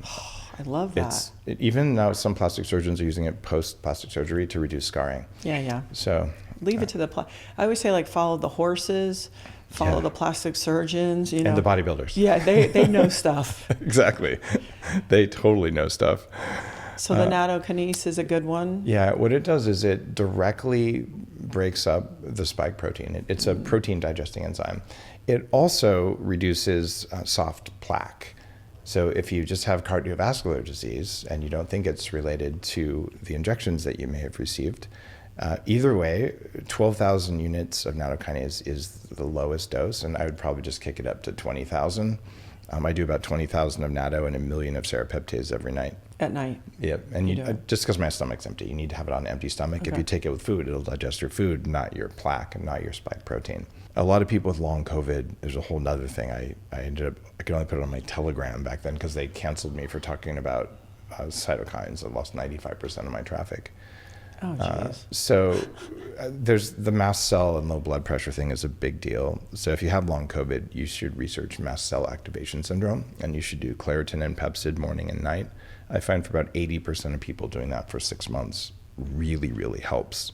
And I've been recommending that since a month into the pandemic because I understand inflammatory reactions, all the different ones, because I have a body with all of them. What a gift, though. Oh, absolutely. I mean, yeah. Now. I walk around, I'm not in pain. I just thought it was supposed to hurt when you walked, when you moved. And I played competitive soccer for 13 years until my knee would just dislocate when I would walk. And I'm like, okay, I guess I'll give up soccer. And I was a long distance cyclist, and that didn't do anything for weight loss. And, you know, I did my best. I realized my body is not meant for sport. Yeah. Well, all bodies are. It's meant for moving. Movement. Yeah. Movement is different than the aggressive stuff. Very few people's bodies are meant for that repetitive motion. Yes. Like the repetitive motion is something really difficult. If your daughter Anna came to you and said, "Oh, I'm going to start. I'm going to, you know, we're talking about early detection." I tell my girlfriends, like, "Hey, I don't know that I would get mammograms anymore." Dude, they're for people bad at math. I mean, so I just can't, you know, since we're talking about testing, and it occurs to me, if your daughter's, what would you do? Thermograms work for breasts, and that means if you have something in a breast, it'll show up under an infrared camera, and you can see that it's hotter. Yeah, and that is non-invasive, but mammograms, especially for larger breasts, they have so much radiation, they increase cancer risk. Yeah. Like it's a bad idea. And I do a lot of work, and I've 1,400 episodes, but I've interviewed so many OBGYNs about women's health. And I think the world needs really healthy women right now. And so if you have large breasts, they need extra radiation, they're mashing them around. It's just not good statistically because of the radiation when there's other methods that also work. So I love a good breast cancer screening. We need to do that. But that's not state of the art. It's an old way that has more downside than upside. And I don't know why people get so mad, but during the pandemic, at the beginning, I also wrote something as the author of a book on fertility that's helped a lot of people get pregnant, including for me to have kids. I just said, I don't think we should inject anything in pregnant women unless, you know, they're at risk of dying, like high risk, like if they have an infection or something, because we really don't understand, especially the first trimester. So injecting is a bad idea. And so this blue-haired, angry OB on Twitter organized a mob to complain about my Instagram account, and she said, "Hey everyone, this cis white male is trying to tell women what to do with their bodies, and every woman should get injected with a COVID vaccine if they're pregnant." Now, number one, she didn't even ask me if I was cis or white. And I mean, at the time, I was actually identifying as vi-curious. That's vaccine industry curious, because, you know. Yeah, why not? But more importantly, women who were injected with the COVID vaccine during pregnancy lost their children at 10 times higher rate than others. Yeah. I was right. And her weird victimhood anger actually killed thousands of babies, and it's disgusting and wrong. So pregnancy and birth, they're a sacred time where we should be protecting our women, not sticking random untested shit in them. Yeah. That makes me mad. Yeah, it makes me mad too. Right now, chances are you're low in a really important fat. It's a fat that your body needs to age well. You've probably never heard of it. It's called C15, but scientists are starting to call it a longevity nutrient. C15 supports your cell membranes in a unique way. When your levels drop, your cells become more fragile and you age more quickly. Fatty 15 is a supplement that delivers pure C15, and here's why it's unlike anything else you can buy. It's a true geroprotector, which means it can slow down aging at the cellular level because it helps to strengthen cell membranes. It supports mitochondrial function and helps to regulate key aging pathways. Most people don't get enough C15 from their diet, so levels drop over time. Fatty 15 is a solution. Fatty 15 supports healthy aging for everyone, from kids to parents to grandparents. That's why it's now available in clean capsules. They also make a delicious apple mint gummy that my teens love, and their berry blast gummies, well, pretty much kids love those. Doesn't really matter which way you get it, as long as you get some of this, because your cell membranes need to function at every stage of life, and the earlier you start, the better off you'll be. Go to fatty15.com/Dave to get an extra 15% off their 90-day starter kit. Again, that's fatty15.com/Dave for a simple way to cover what your body's missing.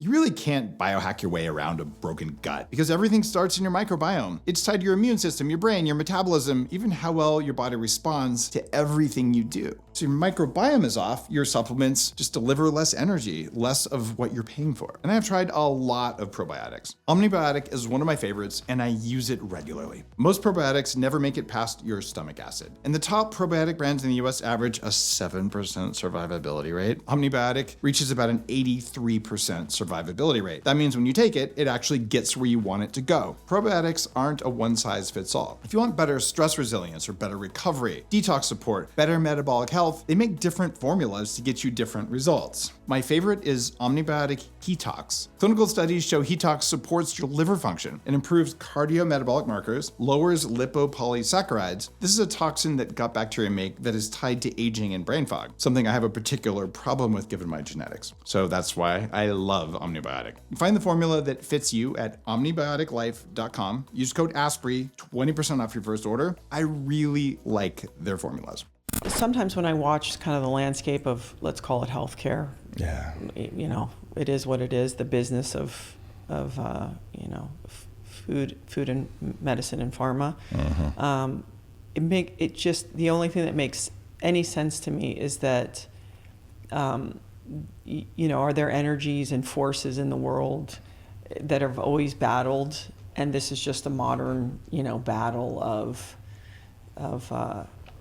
you know, using tools, not only to separate us, but to make a lot of people unwell. So you know, that's why I always go back to sovereignty.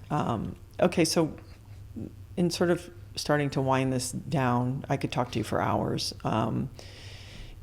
You travel a ton. I do. And that kicks a lot of business people's ass, is the traveling. Because you and I could lay out a program and say, hey, get sunlight and clean air and water, move your body and eat real food and have a good community, have a sense of purpose, be of service. You're pretty good. And people are like, that's awesome. I'm on the road. I sleep in foreign beds all the time. There's no food, good food readily available. You travel a lot. Mm-hmm. What are some of the ways, now we can say hack, that you sort of fortify yourself to the best of your ability, given that you're on an airplane and in strange and foreign places? One of the most underrated hacks for flying is compression garments. So I wear compression pants, like medical compression pants, and a compression shirt when I fly. Now, a lot of people have heard of compression socks to stop you from getting blood clots in your lower legs. It was Nick Foles, the Super Bowl MVP, who used a lot of my stuff when he won and was very, very public about it, which I'm grateful for, because it was not a paid thing. He just like, this stuff works. Yeah. And we were talking, and I said, man, you travel more than I do, and you have to show up physically and mentally because you're a quarterback. How do you do it? And he's like, you got to try these. So compression garments, you can buy them on Amazon, just compression tights, compression shirt, and you do that, and you land, and you feel the same as when you took off. I do liquid ketones. I like Kinetic, and I'll do the little 2-ounce shots. You can bring them on airplanes. I do one of those about every 3 hours of flying, so before I take off, and then if it's a long flight, multiple times. And I interviewed, it was the last interview with Professor Veach, who studied mitochondrial biology and ketosis for 40 years. His last interview before he passed, he said, 100% certainty, ketones protect against ionizing radiation. So you get a lot of that when you fly. Yeah. I use the Lila Quantum shirt that blocks EMFs most of the time when I fly. What else do I do? I take a lot of supplements, about 150 a day. Now, some people get all, like, they'll laugh, but well, here's the deal. I just like, I have the worst genes, and I have cognitive resilience beyond belief. But if I don't follow my practices, I start to get sick. My body starts to hurt. I can't focus. And then the things come back that I always had. So I have a very carefully tailored program that works. And for most people, they're not taking anything. So the most important things like vitamin DAKE, it's D-A-K-N-E, and then a broad spectrum minerals. I make something called Minerals 101. But you got to get your minerals, you got to get your fat soluble vitamins, and at least get those. And then for protein, you've got to get 1 gram of animal protein per pound of body weight. And it's hard to do that on the road because you have to order 3 main courses at most restaurants because they get this little tiny piece of fish. I'm like, that's not even an appetizer, that's a bite. Yeah. So I started traveling either with protein powder or with like perfect aminos. And I always do that. I had some perfect aminos this morning. And sadly, I stayed at a Marriott because it was close to here. The air in Marriott's is universally bad as far as I can tell. They use the worst air freshener crap, and also I'm a little bit like my throat's a little off from it. Plus, I rented a brand new Mercedes AMG, and it smells like solvent death. So I'm like driving with the windows down all the time. But I'm noticing I took a hit biologically from those.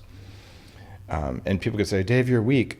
Yeah, I'm in the 93 worst percentile for reactivity to those types of fumes genetically. So I know my system, and you may be not resilient to heat or cold or something. Like, everyone has their own kryptonite, and it's not the same for us. I just know what mine is, and I avoid it like crazy. And if I get exposed for everything that takes me out of my chosen state, I know the energetic thing to do. I know the vagal stimulation, like a Zen bud or something.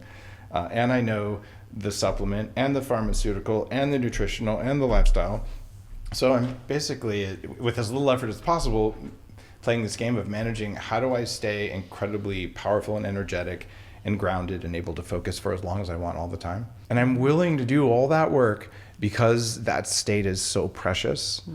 And I can maintain that state better than anyone on my team, including people half my age, because I learned my own kryptonite and I learned the antidotes. Yeah. And I just have more kryptonite than the average person.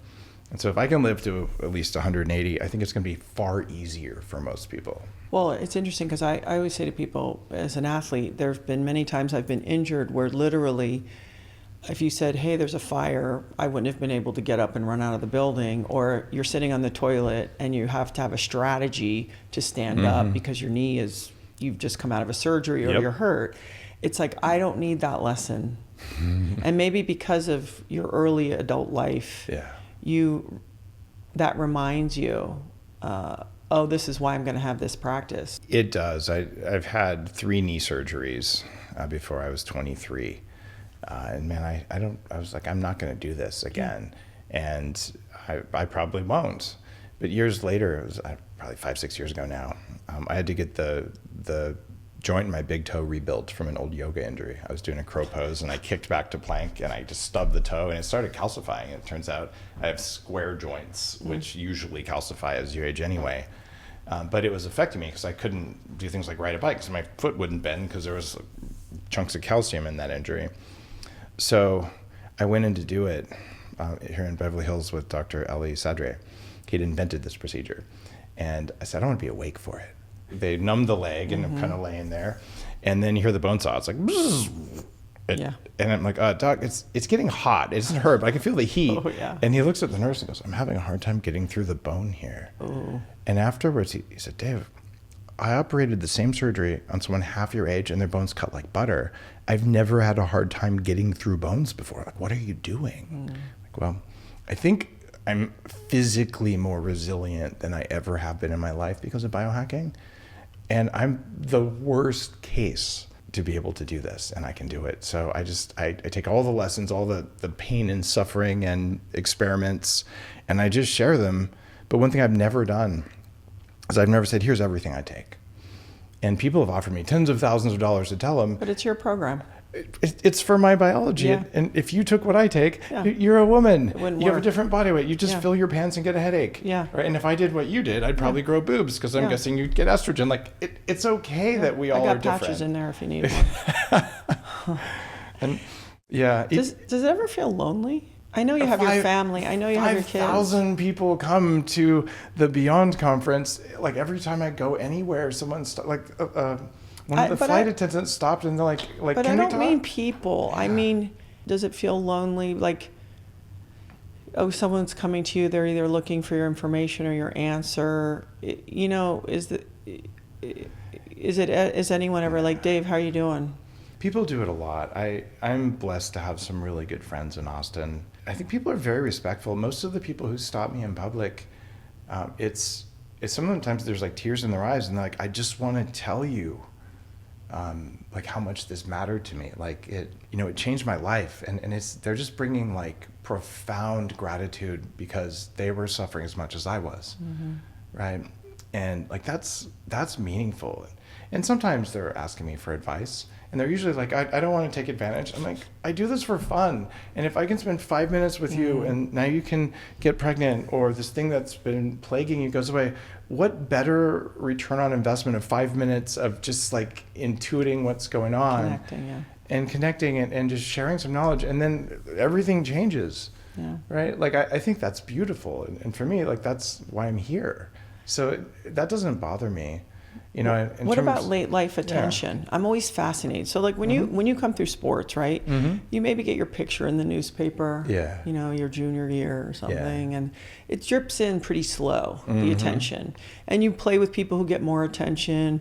Then if you become a professional, you're around people, all kinds of people that get attention, and you start to realize like, you know what that game is. For somebody who, and I'm always so fascinated, like I see it like whatever, Huberman and Tim Ferriss and all these guys. I'm always like, you started out in this one thing and then all of a sudden you went into another and you strategically, by the way, are navigating to get more attention. And I actually see that's where people get into trouble. I watch it and I go, oh yeah, you believe that, you bit the hook. And I'm wondering for you as somebody who this was not your trajectory to be known, have you had a come to Jesus moment of trying to manage the work part, like really doing the work, staying true to the mission, and dealing with the attention part, because it is a dance. I interviewed someone on the toxicity of fame a few years ago who'd worked with a ton of people. And fame is really toxic. And I've actually seen it sometimes in some of the businesses that I've started.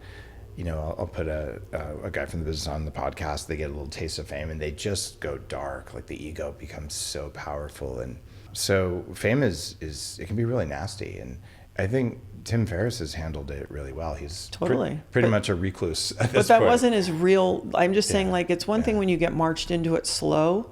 So you armor up and you go, hey, this is kind of not bullshit.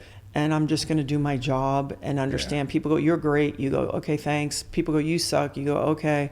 Like you learn. And certainly in my time coming up, it was before social media. It got a lot easier to control fame back then because it was so easy. PR and press releases. Yeah, and you're tucked away, and then you go do stuff, and then you tuck away. But I'm just always curious if that was something you had to get a skill set around. It was, and because I'm a computer hacker, I had successfully erased my identity. You couldn't tell who owned my car, registered in a ghost LLC. You couldn't find my home address anywhere. Like I was as close to a ghost as you can get. Why did I do that? Because I was a computer hacker and it was fun. Like I wasn't hiding from the mob or something. I'm just like, this is like, I know how the systems work. So like, let me see how light of a footprint I can have.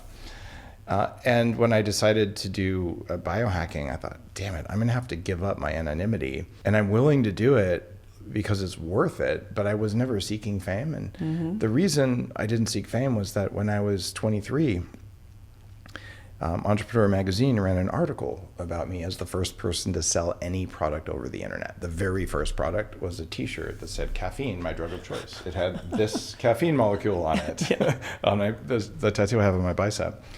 And I sold it to 16 countries. And I trolled a Rutgers professor of marketing. He was like, no one's ever going to make money on the internet. And I'm like, well, you Mr. Ivy League, I'm, just going to the University of California here, but, I'm already doing it. And it turns out, and it was very small then, the browser didn't exist. But yeah, the first e-commerce before it had a name was me. So I've just always been a very early adopter, and I was like, now I'm famous. I'm in Entrepreneur Magazine, a full color picture. Ooh. I'm a big deal. And for exactly 15 minutes, I was like, whoa, and it did nothing for my happiness or my life. I'm like, fame is bullshit. And I just didn't care about it after that because I got inoculated at a young age. I thought my life would change. Nothing. But it turns out years later when people would say, you were never 300 pounds. I'm like, well, here's my picture from Entrepreneur Magazine in a double extra large t-shirt. I'm pretty sure I was fat. Oh, I saw some of the pictures.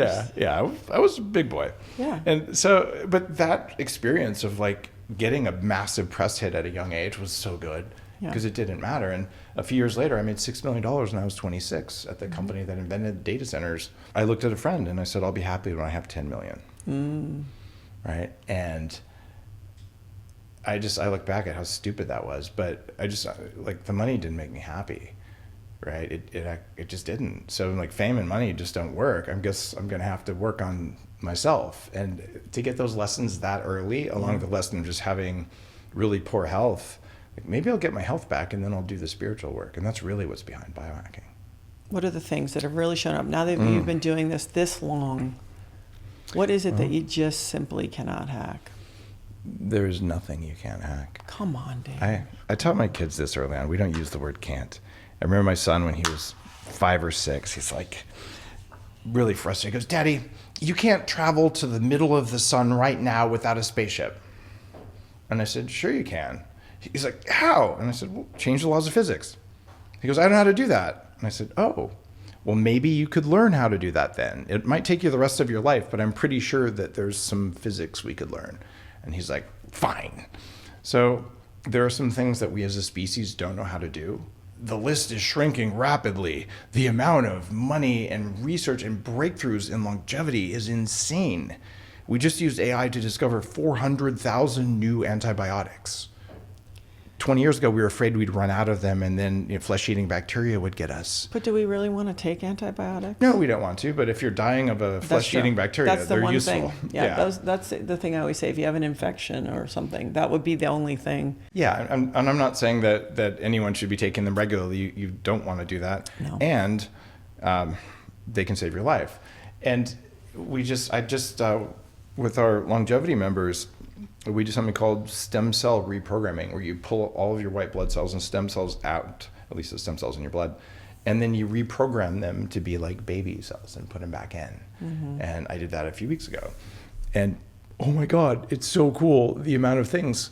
So the one thing that we haven't done yet, but is right on the horizon, is I am going to go in and I'm going to edit my genetics, my nuclear genome, so that my body makes type 5 collagen, and then my gut lining will not leak anymore, my blood-brain barrier. It'll probably take 7 years after I inject the thing in order to fully regenerate, because you replace most of the cells in your body every 7 years. But I will full-on edit my genome I'm not gonna have any more babies. There's no reason I shouldn't be able to do that. You sure? And Yeah, you might get hit by lightning. You might meet some woman that's like, and I love you and I want a baby. I've already had 2. There's so much work. I don't think it's my calling, but yeah, maybe. They always say, we call that never cake. Yeah, I might, I don't know. It's big. I might be getting ready for a life partner at some point here, but it was only 5 years ago I got separated. So yeah. So you're saying, but okay, your physique, you've completely changed your physique. It's insane. But you've had to work. I had to learn, but okay, Diary of a CEO. Yeah, the of course. So, yeah, Stephen. yeah, I flew out here to LA and did an interview with Stephen. They had like a fake set, so it looks like the set in London, but it was at a studio here. And we had this great interview, and I talked a lot about animal protein. But Huel, the vegan kibble company for humans, is his largest sponsor. So he spiked the episode and wouldn't publicize it. And I the reason I saw clips from it though. That'd be interesting. I never saw a clip. Oh. They might have tested. Okay. They might have tested something, but I think they're sponsored as far as I can tell. But whatever, they'd sent this email like, we don't believe that you only work out for 20 minutes a week. And I'm like, do you want to talk to my girlfriend at the time? Or do you want to talk about with my assistant who's in the house every day? I'm on the road a lot. Yeah. And literally, I use the stuff at Upgrade Labs at most 20 hours. Okay. It's not 20 hours. 20 minutes. 20 minutes, not per day, 20 minutes a week. And I go for a walk through airports. Yeah. And I move around some. And I use some cool biohacking tech. And oh my God, I'm in the best shape I've ever been. I cannot believe that I was on the cover of my book with my shirt off. If you'd have told me that 20 years ago, I'm like, I have 3 layers of flab. There's no way I'll ever be in anything with my shirt off. And I didn't fast and take diuretics. I got off an airplane, did a photo shoot. And I'm continuously just, every time I see myself in the mirror, I'm like, so grateful and so surprised. It's what you put on your plate. It's just knowing how to eat and having adequate hormones. I take thyroid, I take testosterone. Yeah. I want to bring that up. You encourage men as well to check their thyroid, and I wanted to bring that up. Yes. Because women, this is an epidemic for us, but you also bring it up for men. So I just want to bring that up because I know it's important. Yeah. Okay, so I have to admit, as a workhorse grinder, lifelong athlete, there's a part of me that's like, is that an aesthetic? Is that just enough for the body as a moving vehicle? Because there's other parts of me that think about like power and output. And I would be very surprised. We can just fully hack our way through that. Like if I'm a guy in the NFL, it's like, you kind of got to train. Well, number one, I'm not an NFL. No, I know. That's so important. I'm making the differentiation, and maybe you're feeling good and you have no inflammation and you're in homeostasis. So a lot of people also use exercise to sort of kind of get those feelings. I know for me, I'm not playing volleyball anymore, Right. but there's something I get from like working hard that brings me to this place. And so maybe you don't need that or that kind of output. This is a interesting one of those like nature versus nurture sort of things. I have a relatively unique gene around BDNF, which is brain-derived nootropic factor that gives you neuroplasticity. I require less exercise than the average person for my brain to be flexible. So that could be a part of it for me. Okay. But exercise is necessary. What I find, though, is that we just believe, because it seems obvious, that, well, if exercise makes you strong, which it does, more exercise makes you stronger. Unfortunately... Well, I can attest that it doesn't. Yeah, the science doesn't work like that. So in my book before this one, I published this theory that seems to hold true in almost all of these exercise areas. It's the rate of onset of the exercise and the rate of onset of recovery that drives change. And one of the pieces of tech at Upgrade Labs, if you do 5 minutes of cardio 3 times a week, and most of that 5 minutes is slow and boring, like you don't even sweat, that you shift your VO2 max by 12%. But if you do an hour a day of cardio, you only get 2%. So I'm getting 6 times more results in 15 minutes a week than in 5 hours a week. And that's an extreme example, but there's 3 university studies that show that if you do more than 5 minutes, it actually doesn't work as well, right? So there's... Interesting. Yeah, and Yeah. what's happening is the body's saying, there will be intense demand, but as long as right after the intense demand, there's breath work and there's recovery. Oh, now I have enough energy and enough safety and enough minerals and enough protein, I'll just fix that.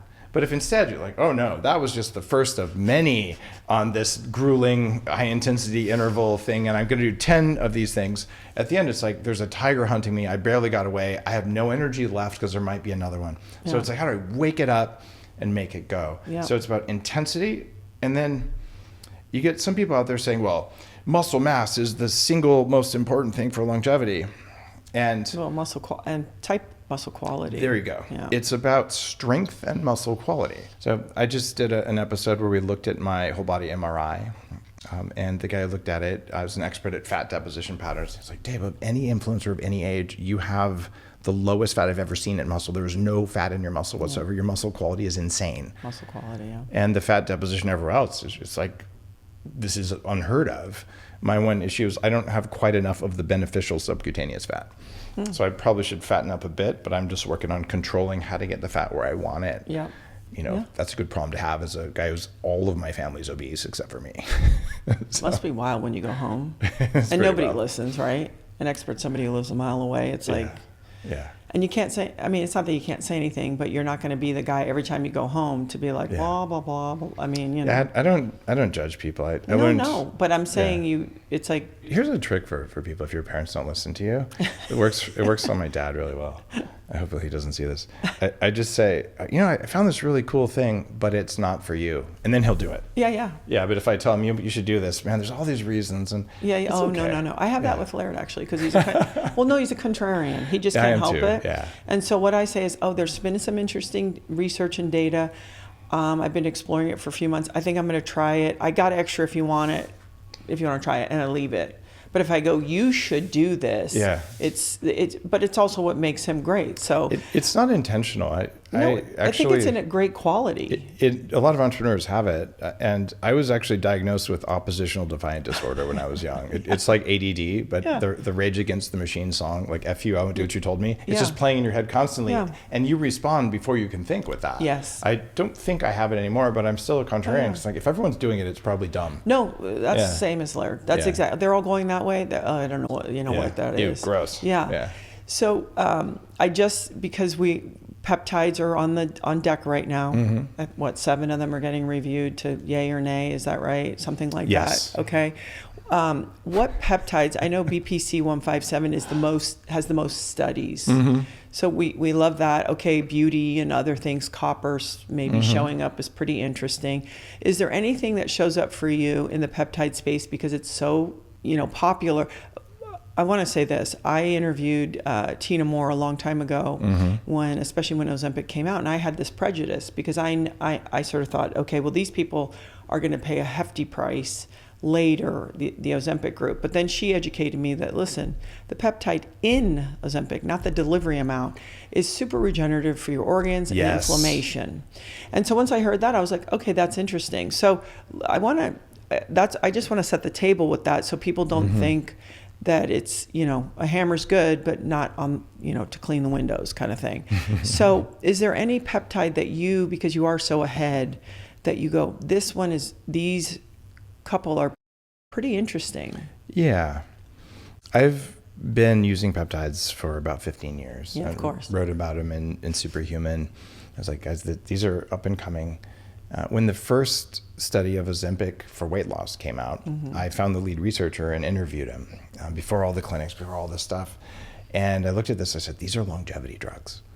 At very low dose of any of the GLP-1 drugs, if you tolerate them, reduction of dementia and Alzheimer's and cancer. And like, these are the things that we're looking to do in longevity. So when I'm working with clients, many of our clients are on low dose, generation 2 or some generation 3s. And it's not for weight loss.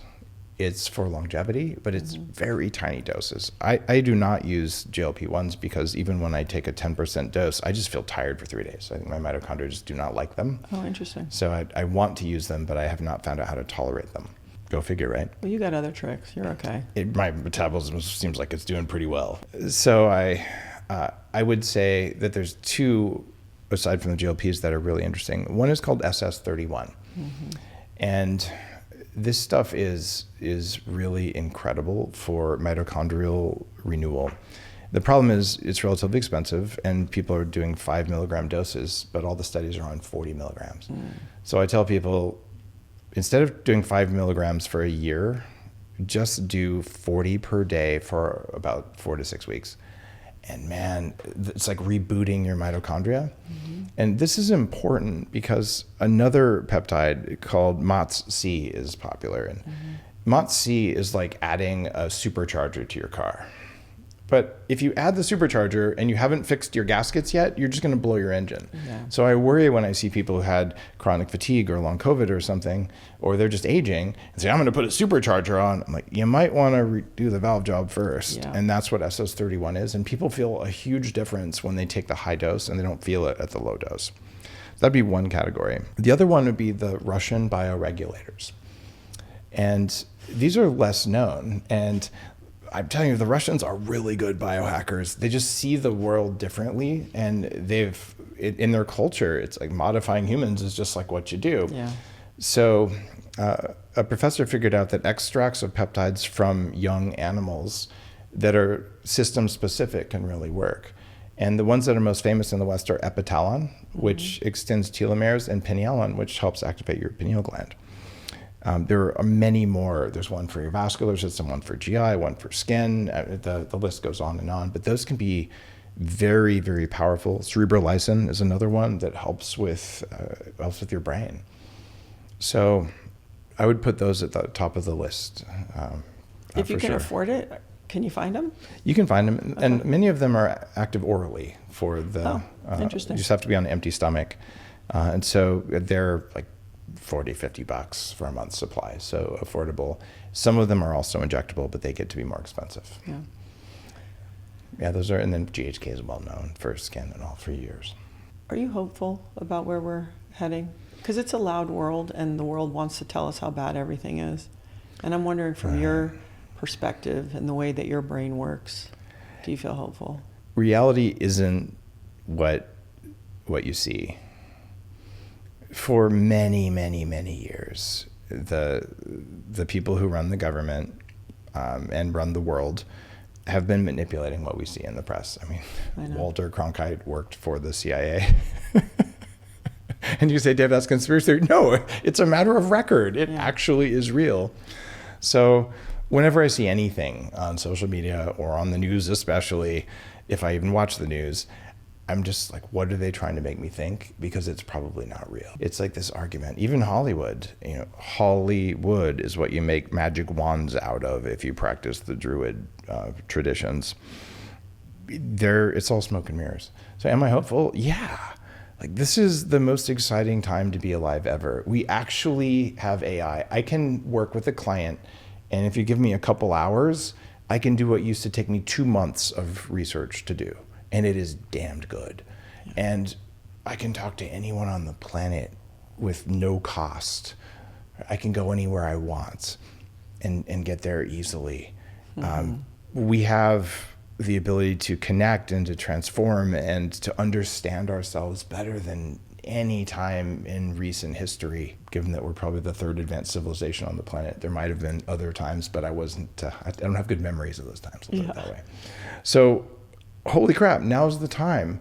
And are there bad things happening? Dude, have you studied history? Did you not? I was going to say for all time. Like, World War I was kind of heinous, guys.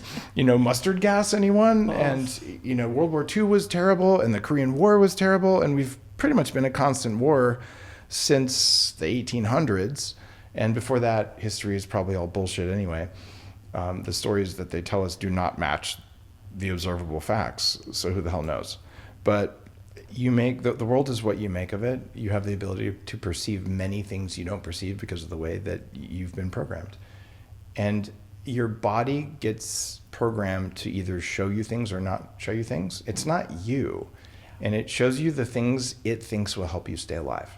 Yeah. And as you practice consciousness, meditation or breath work or psychedelics or neurofeedback, any of the things, mindfulness, you start realizing, wow, I'm able to perceive things that I never knew were there.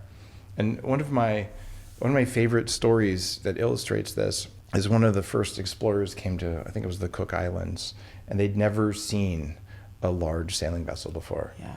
So the natives literally couldn't see it, but their shaman was looking at the waves going, the waves aren't right. There must be something. So he sat there for a while, and all of a sudden he was able to perceive there was something in the water. Because it must be there, then he could see it. Right? He followed the breadcrumbs. I always loved that story. I was like, what do you mean they couldn't see it? It's like they didn't know what it was, so they couldn't recognize it. Yeah. And if you think about this, let's say you grew up in a household with no love. Yeah. How would you know how to recognize love if you never felt it? Yeah. You wouldn't until you practice mindfulness. You go, oh, what? There's a new feeling. For me, having been on the spectrum, I'm like, anything below the neck is just chaotic noise. I'm going to ignore it all because I don't have enough energy. I can barely pay attention to the stuff outside. And then as an adult, I went through this deep somatic awareness practice of identifying every single emotion, where it sits, how it feels, its nature, right? And we'll just say there's a lot of good stuff in the world. There's a lot of love. There's a lot of connection. There are very powerful, we'll call them priestess class women who are shifting the nature of what feminine means. Yeah. And there are men teaching other men how to show up and how to create the peace and grounded and safe field that men are supposed to make just by our very nature that we've forgotten. So I feel like despite all the efforts from these wanky little politicians and advertisers and ill will people, despite all that, they don't have a chance. Right? Because they just don't understand the nature of reality. They don't understand how much power we have. And it's not the power to do, it's the power to be. That makes me excited. I always love the idea of when the light turns on, the area isn't dark anymore. And I think sometimes people, like you said, no matter how hard powers that be try, I think the light always illuminates things. Are you hopeful? I am, because I heard Naval Ravikant say to be pessimistic is lazy and to be optimistic is creative. And I thought, I'm going to be going through this walk anyway. Why would I not put effort into, and also starting with yourself, right? Be the thing. So you go, well, I think it kind of exists. I know a couple other people being the thing, and give it my best shot. Be the template for it. Yeah. The cool thing about humans is we affect each other via unseen but measurable ways. Measurable. Yeah. I mean, the reason I bring those things in isn't that I have a particular fetish for that. It's that there's so many people who've been trained to be disbelieving. Yeah. Right? Because they don't trust their intuition. And it makes sense, because unless you understand the nature of intuition and emotion, you shouldn't trust your emotions, right? You should trust your intuition. Right? Emotions are mostly there to manipulate your behavior so that you'll do the basic F words, fear, food, fertility, right? So observing them is cool, but it's that intuition. And if you don't know the difference between those, it's entirely rational to say, if I can't measure it, it's not real. So we need guys like you in the world. Oh, thank you. We do.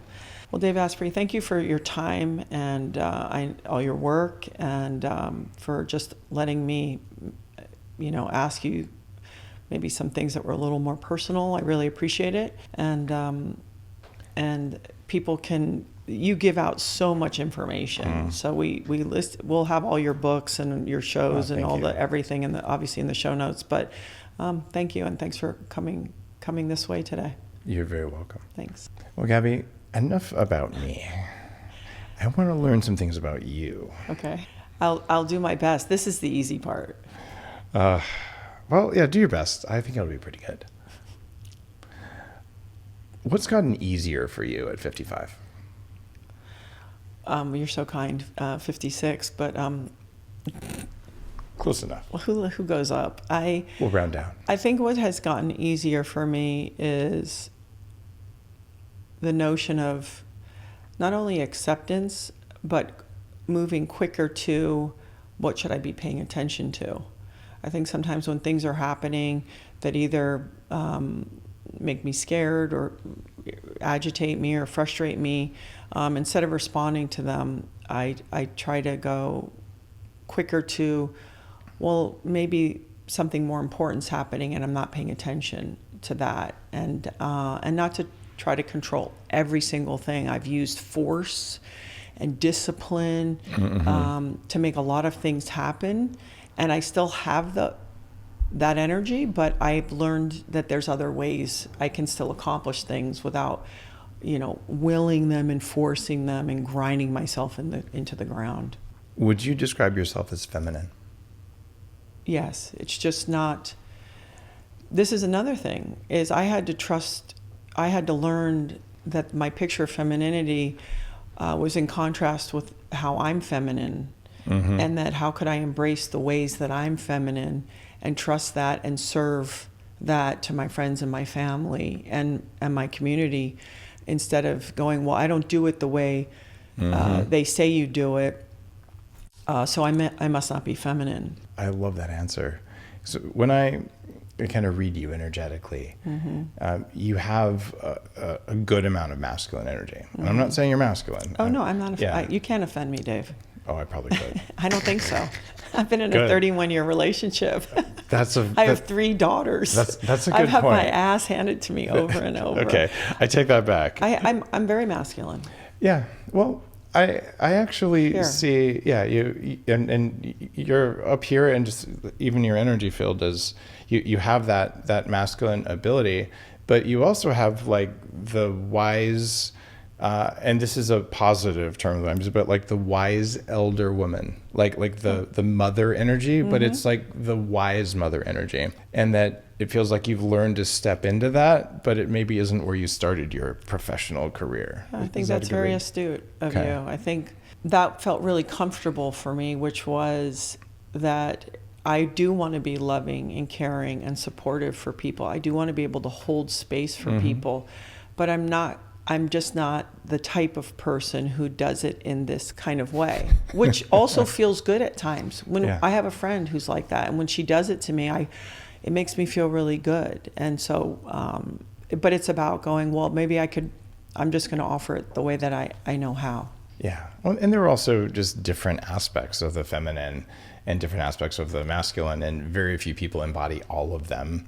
Right. And some people learn to be able to switch between all of them, but you're unlikely to embody all of them at the same time. Yeah, that's right. It seemed when we were talking earlier, I could see you go from like the kind of we'll call it more masculine, but it's more like the doing energy. And then you move into like the family energy, and it's like your whole appearance shifts when you do that. So Yeah. it's pretty cool that you've learned how to do that over time. Well, what's been really helpful is being in a relationship with somebody who created a lot of safe space for me, but also inspired me to be of service. I think that's a really rewarding place to be, but you also want to be with people who, and reciprocity isn't a 1-for-1. I'm not talking about that, but I'm talking about somebody who's coming in their own way to be of service to the situation and to the relationship. And so Laird is masculine, but he's also in ways way more sensitive than I am. And so that really helped me explore that in a way that I never felt like I was being taken advantage of or stepped on, but in fact it was appreciated, and that reinforced. I always say to him, you're a genius, because Laird's love language is food and sex, pretty much. And also like, hey, I have this mission, and I go, I'm behind you. Those are the best love languages, really. Yeah, I mean, it's pretty Mission, straightforward. food, and sex. Yeah, Done. it's pretty straightforward. And so when I used to joke, we cook a lot in this house, and I put food down, and he'd be like, oh, this is delicious, and thank you for, this, or thank you for taking care of me or the family. And I think, oh, this guy is really smart. Because then you go, yeah, the next day, you're ready. When I want you to go back and look at yourself during that part of this episode, because when you started talking about him, your eyes changed. Oh, yeah. They started glowing, and there's a look that women have for a guy that they really love, and you just embodied it perfectly. Yeah, and one that I really respect, because I think for someone like me, that that goes miles. I imagine it takes a very masculine guy to have a big enough field to hold your energy because you're pretty strong. It's also that I used to date people before Laird that they would say like, oh, you're like a bull in a china shop or whatever. And just Laird's way of being was like, yeah, no problem. I always loved the fact that I didn't feel too intense or too much with somebody. That they were like, oh, great. Yeah. That you were given permission to feel strongly about things or to pursue things intensely, maybe to be very direct. And I never was made to feel bad or like, oh, what's wrong with you? You're so, harsh or whatever. You're just accepted for who you were. Yeah. Have you ever interviewed Jaya on your show? She's the lady who created the erotic blueprints. Yes, I have, in fact. Yeah. Oh, very cool. Yeah. She was on stage a few years ago at my event, and I'm seeing if I can get her for I just bought the Wonderland conference, so we're doing that in October, the psychedelic conference in Austin. Yeah, that's amazing. Congrats. And the reason that she popped into my mind is, and we said that feeling of being too much. That's a classic shapeshifter pattern from her work, where and you definitely have some shapeshifter energy, because I watch you go from the athlete side to mom side, like you have the ability to shift your energy pretty dramatically, which is really cool. Yeah. So that makes a lot of sense. If you go back and tell yourself one thing when you were 18 years old that would have been the most benefit for you, what would it have been? I think it's probably twofold. Exactly at that time in my life, I was starting to actually have success, and meaning I was playing college athletics and doing well, and then I actually started working in the fashion business. I needed to support myself, not because that's something I was keen on pursuing. I was just independent, and I never. I wasn't groomed for success, and so I really beat myself up the whole time. Like, oh, I don't really deserve this, and so what I learned is that we don't deserve anything. Well said.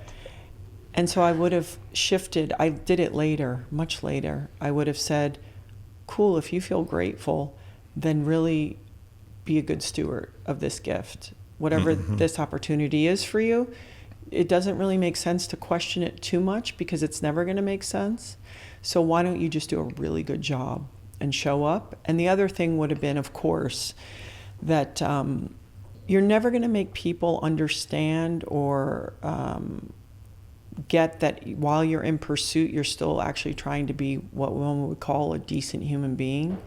So stop trying to get everybody to feel that way. Right. Just be that. Be comfortable that you are trying and that the people close to you are aware of that, and let it ride. And I think I really beat myself up during that time, and it wasted a lot of energy that I could have been using in a productive way. That sounds like imposter syndrome to a certain point. Why do I deserve this? Yeah, well, that's very common in athletes or performers. But for me, because it was all a big surprise that it was happening, it's not like I have friends that are athletes that sort of started, 7th grade, 8th grade, like, oh, you win, you're the winner, you go here, you won, you win, you're expected to win. For me, I really fumbled into sports. I didn't understand how in a very short period of time, all of a sudden I could get a scholarship to go to college. And then after that, how I could kind of fall into being professional. And so it certainly was that. But success is an interesting thing, and I know you understand this. It's a separation in some ways, and for me, as the kind of person I am, I never want to be separated. I never want to be over there. I never want to be behind red ropes. I don't want to be elevated. I want to do my job because I like that. Yeah. I want to have challenges. I want to have creative outlets. I want to be in pursuit. I love all that. So I think that some people like that. I have a friend who's a long time ago who's a very well-known baseball player, very famous. And I was like, okay, you could do this, and then you should buy a whole section for the Boys and Girls Club, and every home game you pay for it, so you can kind of live some semblance of a normal life, is what I said. And he looked at me, he goes, I have zero interest in living a normal life. And for me, from my childhood, I do want to have an extraordinary life, but I never wanted separation. That makes so much sense. I taught my kids at an early age. I'm like, do you know what normal means? It means average. Yeah. Like, so why would you want to be normal? Yeah. Ew. Right? That means that you're right in the middle. Yeah. And that doesn't sound very fun. Do you have that mindset? For me, it was more like a tree. Yes, of course. Okay. Medium, nowhere, no opinion, no. That's like, why bother? I love the idea of a tree that's deeply grounded and rooted, but then the branches can reach and expand and sort of, it's unlimited. Right. And so the grounding part always felt critical to me. And maybe because I grew up in a really ungrounded way. The joke about me is, if people meet me and know me enough, 90% of them will be like, Gabby is so grounded, and I'm a Capricorn, and there's all kinds of things. And it's very true. But not like losing the plot, missing the point, always feels really important to me. How do you ground yourself? Well, actually, I need to have more levity. I don't need to be more grounded. That's an I need to unusual lighten answer. up. Okay. I need to lighten up. So I don't need to be more grounded. So you're naturally super grounded. Very grounded. Okay. It's like to the point of it's not good. Like, meaning, I don't need to be so disciplined and so all the time the same. Is that what grounded means to you? Is disciplined and repetition? Well, it's just, it sometimes drills you into the ground, all those practices. Yeah. And so I'm actually in pursuit of a flexibility and, like I said, a levity, a lightness. And I see that. And so that is really what I'm striving for, and to shut the meaning maker off, to just see, instead of always putting everything in its buckets before I know. Yeah. And just allowing. Those are the things that in my adult life I'm working on. Okay. I mean, amongst others. Yeah, we all have lots of things to work on, Yeah.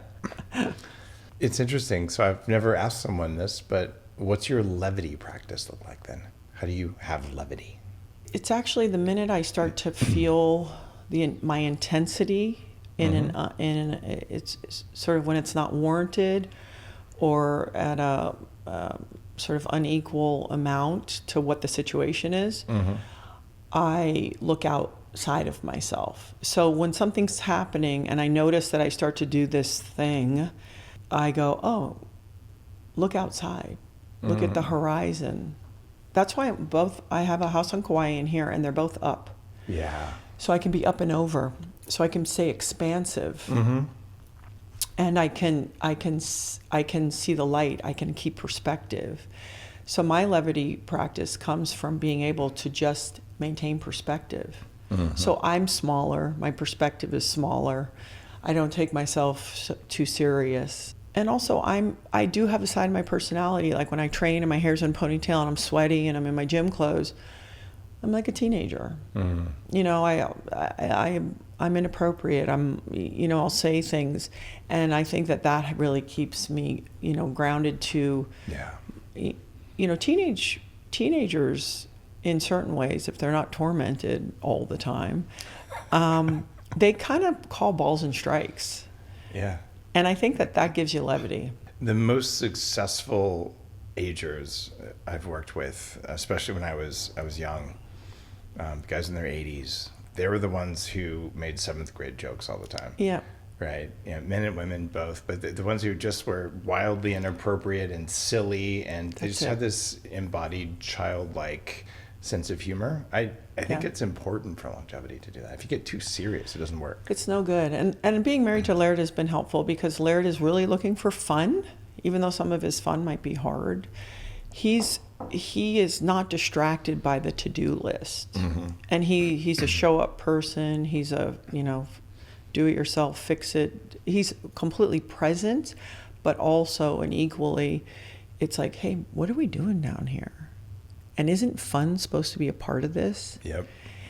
And so I think I've been very fortunate to have a partner built in who's constantly chirping about like, what are we doing down here? We should be learning and growing and evolving, and also, yes, working hard, taking care. We should be having some fun. And he is really Dennis the Menace. So he's really good about it. Really good. I love that. It's a challenge for entrepreneurs. The whole grind culture. It doesn't leave a lot of time for fun. Yeah. Were you always interested in the levity side of things, or is there a time when you just realized I'm grinding too hard, I've got to switch over? Well, that kicked in early. I didn't always live with my parents when I was young. Okay. And so the kind of like what's happening, what needs to happen kicked in I'm talking like 2-3 years old. Mm-hmm. And it's been a process of going, yeah, you don't need that anymore. Okay. So get rid of that. And so I'd say probably around 30. Okay. So probably about 25 years ago. Early. Just going like, hey, lighten up. And also, what's the end game? Like you're driving towards something, you're building something, you're trying to make stuff, but to what end? And so the zeros were never, it's like I like security, but the zeros aren't the God.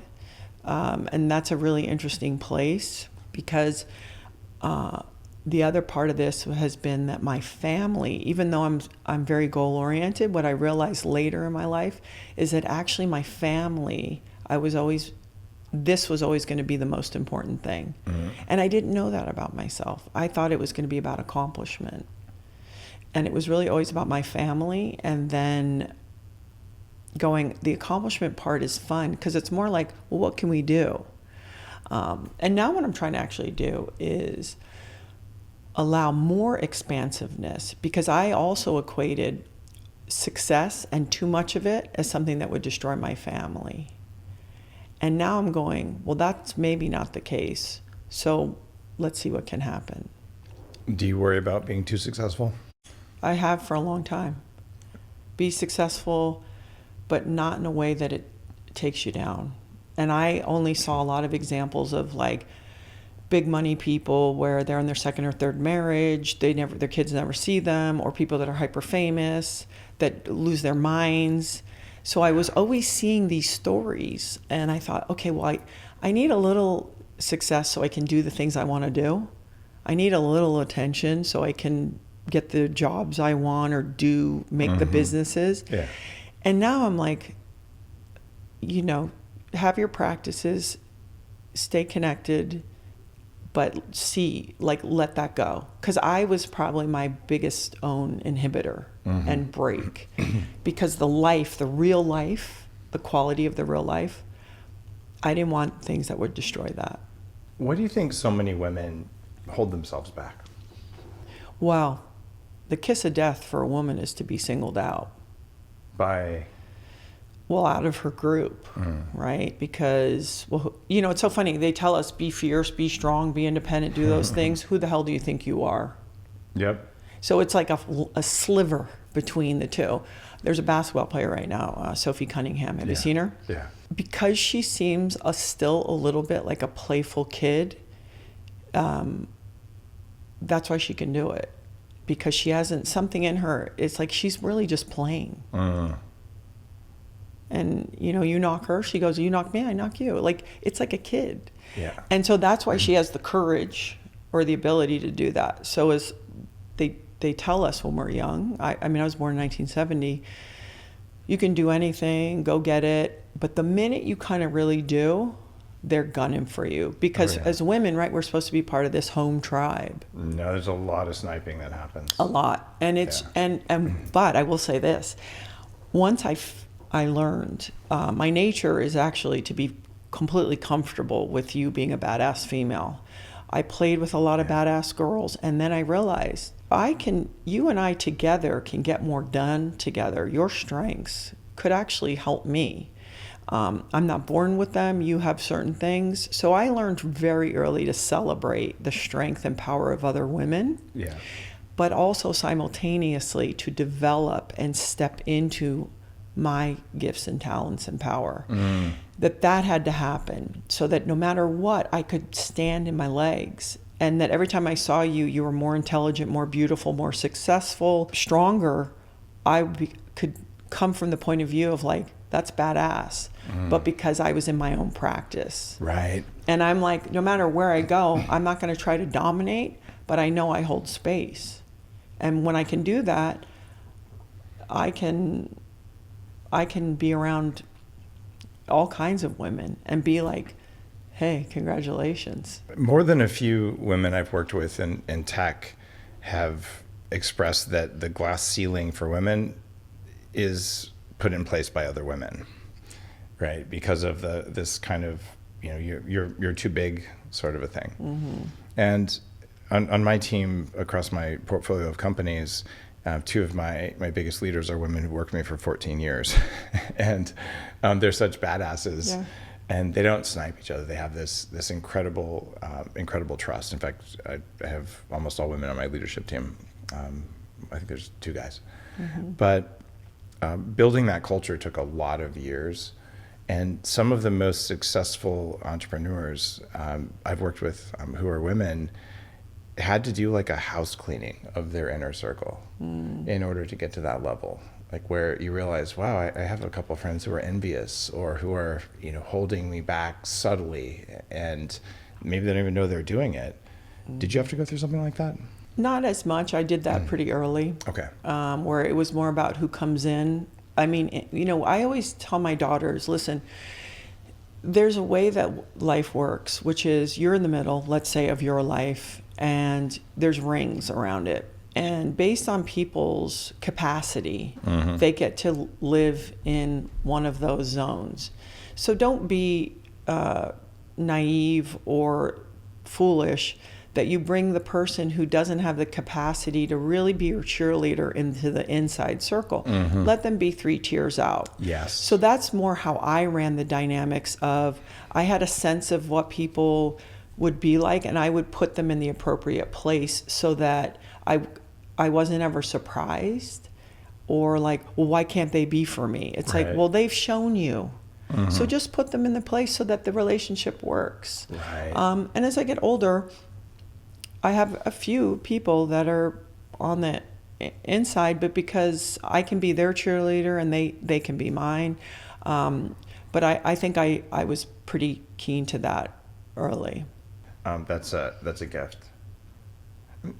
You also talked about that thing that happens of either being too much or not being enough. Have you ever had Kasia Urbaniak on the show? No. Do you know her work? No. This is a profound book. It's called Unbound, A Woman's Guide to Power. And Kasia's become a very dear friend. And I've bought her book for hundreds of women because she goes through and very explicitly states, here's how society gave women that sense that no matter what, damned if you do, damned if you don't. And because of that, it's hard to authentically know what you really want. Yeah.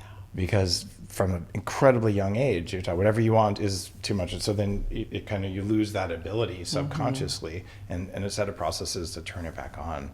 And I've found that to be the most profound book. And finally, after 5 years of hunting her, got her on my show. But I love that. I'm going to look at it. You would appreciate her work, I think. And if you want to talk to her, I can finally text her. And I'll just a warning for readers.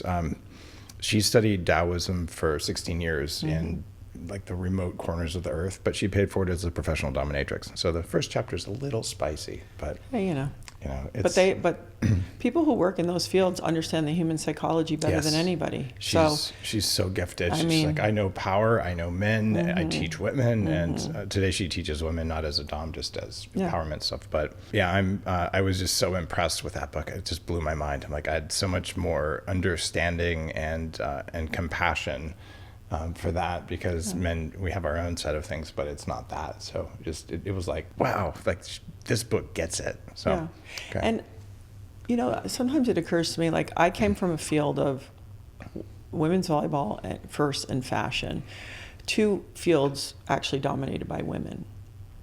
So I didn't experience that professionally early. So I have friends that are researchers, for example, in labs, and it is a male-dominated space.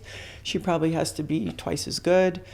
So I'm not saying it doesn't exist, but what I always try to say to women is, if you think when you walk out the door that you're at a disadvantage, you will be. But let me tell you, if you are willing to work hard and you are capable, I actually think in certain ways it is less competitive for a woman. And I would rather send my daughters out into the world knowing you're going to fail, it's fine. You're going to have to work hard, it's fine. If you get in the door, you're going to have to be able to do the work. Nobody should give you the work because you're a number and they have to fill a quota. That's terrible. But in some ways, it is less competitive for us. And I believe that. And I've seen it. And a lot of guys have sisters and daughters and wives and mothers that they love very much, and they want to help you. Yeah, they really do. And one of the things that Kasha teaches in her book, which just blew my mind, is she just says, look, if you understand the kind of man you're dealing with and you know how to ask, men will always say yes. Yeah. Because we are wired, and there's hormonal evidence of this. We're wired to make women happy. Yes. It actually raises our testosterone. And I'm like, yes, I could either kill a bear or I could make my woman happy. Either one, I got my hormones, yes. right? And understanding that dynamic, whether it's in business or in a relationship, it doesn't really matter. And I think that's why women can be so successful in business. I know my companies would not be where they are if I didn't have really strong female leaders. Yeah, and we get shit done. Amen. You know, and I think we also, if we stay tapped into it, our intuition, our instincts, we consume stuff more than you do. Like, there's all these variables. Oh yeah. You know. In fact, I just thought of this. Amy, who runs Danger Coffee, was a college volleyball player. Exactly. Right? Best background ever. Yeah, because you can take constructive criticism, you can work for stuff, you can learn from failing, you can be a teammate. Yeah, it's pretty fun.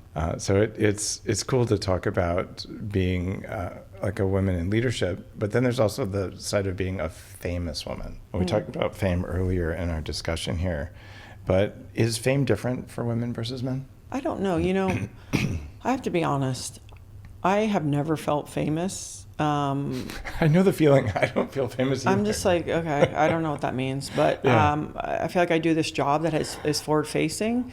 So even when I was 18 and I was on the cover of magazines, I never was like, oh, I have had this experience. And that's always interesting is, first of all, my size protects me wherever I go. So maybe my experience is more what men experience. Oh, just because you're tall.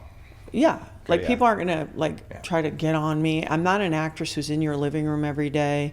So I don't have that kind of familiarity with people. But I will say, I've had people say to me, oh, Gabby, you know, I've been in a public job since 1988. You still look pretty good. Like, that's the kind of shit they say. And you're just like, huh, okay. What do you say to that? I don't say anything. I mean, you don't it say depends. like you still look pretty fat or anything. Yeah, no, I just, I'm always like, oh, you didn't know what to say and you fumbled through it. You know, like sometimes like that's an offhanded compliment. I seldom take things personally. Yeah, it's just awkward. Yeah, occasionally I might call people on their shit, but I have to be in a, you know, it has to be a thing. So maybe it's, sometimes our appearance is always wrapped up into stuff. Yeah. It's kind of unavoidable, I think. So maybe that element for us is different.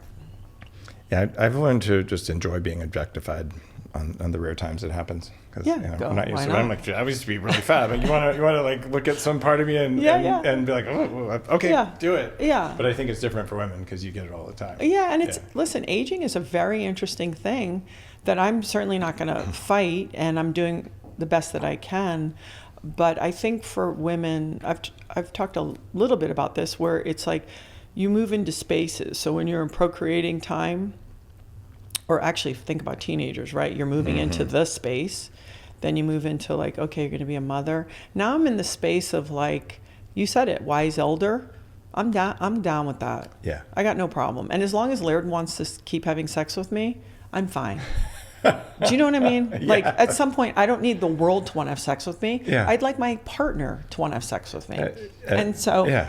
I mean, and I look at it that practically, like that's good. Yeah. Yeah. It's eminently practical, and end of the day, it doesn't really do anything if the world wants to have sex with you. But it's nice to feel wanted, which makes you feel attractive, and Yes. it's your partner whose job is to do that. Yeah. And so as long as I'm kind of square with it all, I'm good.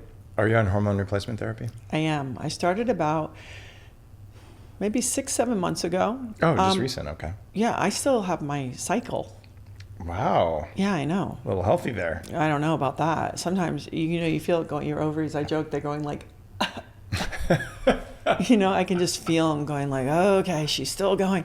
And I wasn't not feeling myself last summer, and it was only like during a period of 2 weeks because I thought I was just going to muscle my way through everything. Like I'll eat my way there through it. I'll exercise through it. And I felt disoriented a couple days, and also I felt. I had a couple hot flashes. And so I have friends that own a company called Joy and Blokes. I have my hormones looked at. And so I'm on an estradiol patch. I love me some testosterone. That stuff is so good for It's women. so good. And I do the shot, and then I take progesterone. You inject testosterone? Oh, yeah. I'm not going to Interesting. play around.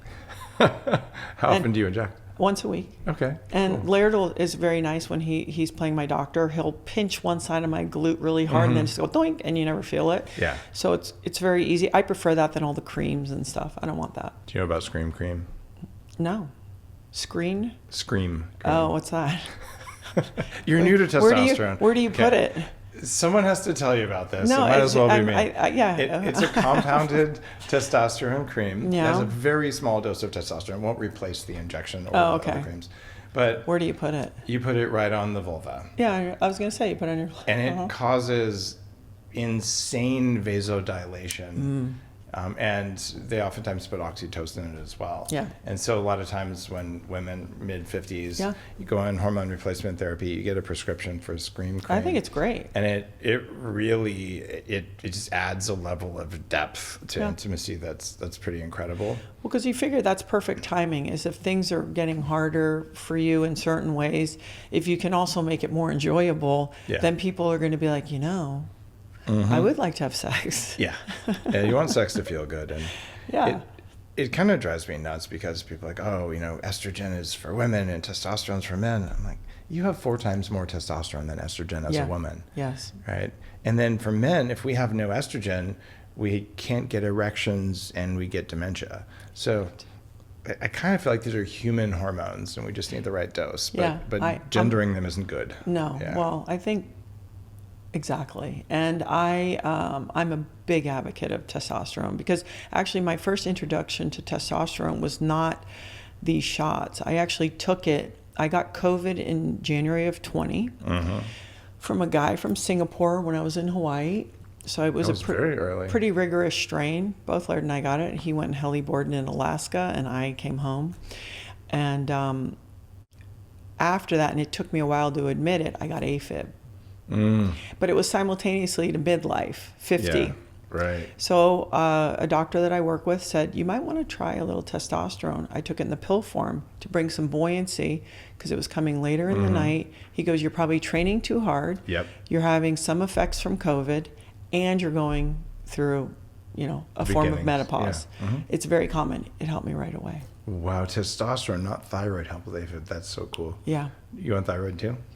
I'm on only a natural. Okay, cool. because I got my blood work, it was a little sluggish, but no thyroid. So it's an iodine and like. Oh, so it's the stuff that... It's like a homeopathic. Okay, cool. But it's precursors. It's great. Okay. Yeah, no, my thyroid's working. Yeah, your thyroid appears to be working, or your own thyroid. You can tell just by your body composition and your energy levels. Oh, yeah. And I see this so often, and more in women, but also in men in their 50s. Especially when I get to see their lab work. Like, well, I go to the gym and it just doesn't work. I'm like, well, number one, you're overtraining, so your adrenals are blown out. But number two, your thyroid's low. Yeah. And if the thermostat's turned down, it doesn't matter how Yeah. much you eat or don't eat. So fixing that usually improves sleep, especially in women. It can improve depression, and anxiety drops through the floor. It's like thyroid and testosterone, maybe progesterone, maybe estradiol, depending on your labs, maybe DHEA, maybe pregnenolone. Yeah. But when you get it dialed in, it is so beautiful, because the old picture of 55, you remember the Golden Girls? They were 55. No, come on. They were 55. I know. I keep thinking I'm supposed to cut my hair soon. Like, No, you know what I mean? Honestly, don't. No, but I only do it because I wear a ponytail so much because of training or being active or doing whatever. But there are thoughts where I'm like, am I supposed to cut my hair soon? No. So I did start growing my hair out a while ago, Yeah. 5, 6 years ago, and I got enough where I could do a ponytail. Like, this is awesome, because it's a lot less work to have a ponytail. I know. So then I just pull my hair back into a little ponytail, and then I just do podcasts, and it just didn't matter. Yeah. And then my team's like, Dave, we don't like it. It makes you look old. And I'm like, I don't care if you like it. I like it. And then we put it out on social media, and like 92% of people told me to get my hair cut. I'm like, so, Yeah. But it's more work. Yeah, it's so low maintenance, and I'm pretty low maintenance. So I have hair envy. I had to comb my hair this morning. Damn it. Yeah, I do have the thought though, because I am 56, and then I'm like, who made those rules? The same women who were sniping at other women. Yeah. And they were all low testosterone. I would love to see someone do a study of testosterone levels in Karens. Well, so interesting. I see certain things and I'm like, this person is not feeling well. Exactly. They're physically anxious, Yeah. and they're looking for a cause so desperately. Yeah. And it's like, it's internal, but It's inside. yeah, we're trying to find it, and it's not the guy who cut you off in traffic or whatever the thing is. Yeah. Yeah. That's why that's why I believe in the training and the lifestyle, because it's like, hey, I'm just doing my best to feel good so I can show up, and it's all, it's like all you can do. And I try to remind people, I think our default is not to feel good. And the world goes, you should feel peaceful, you should feel happy. And the thing we talk a lot about is, no, you have to actually be active in pursuing that. It's not just landing in your lap. Peacefulness and happiness are not free. No, not even a little bit. And that's the thing. And you don't deserve them. Yeah, no, because that's the path of discovery, of understanding yourself, your blind spots, your things. And so when people go, what's wrong with me? I'm not happy. I go, nothing. You just have to be in pursuit of the things that would allow you moments of feeling, oh, I feel peaceful, I feel homeostasis, whatever that is. And once you kind of understand that relationship, I think it makes pursuing it a lot easier, not what's wrong with me, I don't feel that way. It's so cool that you said pursuit and the glimpses of it. The studies are really clear on this. Pursuing a goal that matters to you raises your dopamine, which makes you feel good. It makes you feel sexy. It makes you feel motivated. It makes you just care about the world. But getting the thing you're pursuing doesn't do anything. No. And it's such a cruel, cruel part of reality. Where I'll be happy when. Yeah. And so the same thing that happened with me. I have $6 million. No, I'll be happy when I have 10. That whole I'll be happy when lie is not there. So it's pursuing, and it's pursuing something worthy. That's all that you can do. And it's happening right now. That's the thing I always am reminded, because I'm always in pursuit of something. But I'm like, life is happening right in this moment. These hugs, these conversations, the small moments, that's the deal. And this over here is like, so you can contribute. It gives you something to put your teeth in. You can learn stuff about yourself.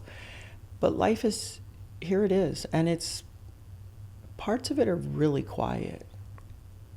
But that is the thing that when you go to bed at night, that I think is in us that we go, I feel good. Mm-hmm. It is never you won the medal. Right. You got the trophy. Here's your big check. It's like when your kids are little, that sound of their feet, maybe a beautiful meal you share with a friend, maybe something you read. It's all that. It's the presence. Yeah. Well, I do have to ask you, I mean, you look pretty good for your age. Thank you. Thank you. I haven't done anything yet. I think I've had Botox like 3 times. I will admit this, and I know you did it for different reasons. I always say, for me personally, like the fillers, all the stuff, that's not me. I probably, if it got really weird, would probably get one facelift and be one and done. Yeah. I would probably try to do it with Chestnut. Dr. Chestnut, he was on your show. Oh, that Chestnut. Yeah. I got it. I was like, you just have to say that name. Yeah, just the Chestnut. Dr. Chestnut helped before. I was is there a chestnut extract that Yes, does a there is. facelift? Yeah. But I mean, because everyone goes, I would never. I don't know what I'm going to do. Yeah. Because maybe by the time I'm at the age that I should do something, I might be like, fuck it, I don't care. So I don't know how I'm going to feel. Yeah. But so I've just ridden it out. But I will say, I have probably good family genetics. The odds are high. Yeah, I mean, my dad was from Trinidad. His dad was black. My grandmother was white. So I have a little skin protection from that side. Oh, you have extra melanin. Yes. That's a superpower for longevity. Yes. Oh my gosh. Okay. So I will say that because oftentimes people don't recognize that in me, which makes sense. And then my mother, she has good genetics. They say black don't crack. Yeah, of course. I have a good friend that I played ball with in college, and we're still very dear friends. And man, every time I see her, I'm like, it's like the darker your skin, the less you age. It's gorgeous. It's amazing. Yeah. Yeah. Yeah. I look at her and I'm like, T, man, I don't know how your skin is like that. Wow. Yeah. It's funny too. I was kind of testing you because telling someone you look pretty good for your age is not a compliment, but you took it as one anyway, and it totally didn't even trigger you. I was like, I'm going to test you. So but you I knew passed we the were test. going back to the thing. You know, Yeah. listen, I think you said it earlier when we were talking. Seldom am I going to let someone else's delivery or whatever. And also sometimes I'm just trying to look at the person and their point, and I'm like, oh, they just, You can also sort of tell someone's intent. Yeah. Like if someone's energy behind a comment is benevolent and kind. That's okay, it. That's what I it don't is. care. But if you're gunning for me too, not you, but I'm saying I have situations where people make comments that they can see another side of me. I can see that side of you ready just to take them down. It's very, matter of fact, but I have no problem just being like, even asking people like, why would you ask me that? Or why would you say that? Yeah. Like, my favorite thing I say to people is, how are you hoping I would react to what you just said? Just out of curiosity. Or how do you think I would react? And then I let them go back with it and see what happens. That's a great response. I saw one the other day that just floored me. It was the funniest response. A woman, this was online, but she looked at a guy and said, "You're only saying that because you can't afford a dominatrix." It's like, oh yeah, that. You say that to a guy, like it's over. And that's what you start to realize. You just go, hey, this isn't really about me. The person is they're dysregulated and just like they probably need to be punched. Yeah, or Laird will say that sometimes to guys. He's like, clearly you've never had your head slapped, or keyboard, courage or whatever. I love the trolls at this point. They're my favorite toys. Really?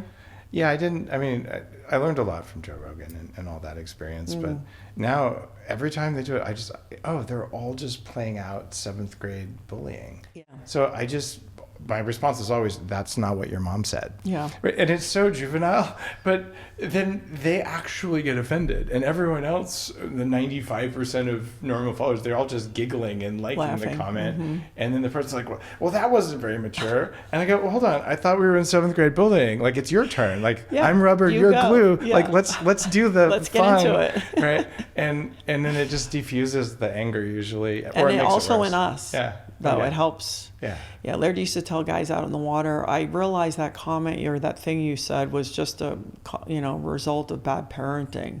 And then he paddles away. That's awesome. Yeah. Laird's hilarious. He said Mother Nature can take care of it. Nice. He goes, what am I going to do? So good. Are you superstitious? I used to be. Yeah. I'm not so much. I mean, listen, when I played, I remember one year we were performing badly in red uniforms. We never wore red. If I had a hair tie that I was like playing really well in, somehow I wore the same hair tie. So I would do little things like that for sure. I used to do things like that. I had OCD though when I was young, so I had little rituals I had to do. Like I was never a professional, I think, but I was pretty decent at volleyball because I'm tall. Yeah. But I couldn't serve. I didn't bounce the ball. Like I had all these weird rituals. Yeah. Thankfully, I healed the biology in my brain, so I don't have to do that anymore. Look at Rafa. Yeah. When I watched that, I don't know if you saw the documentary on him. You realize like, whew, it's a lot. Yeah, that's quite a lot. A lot. Yeah.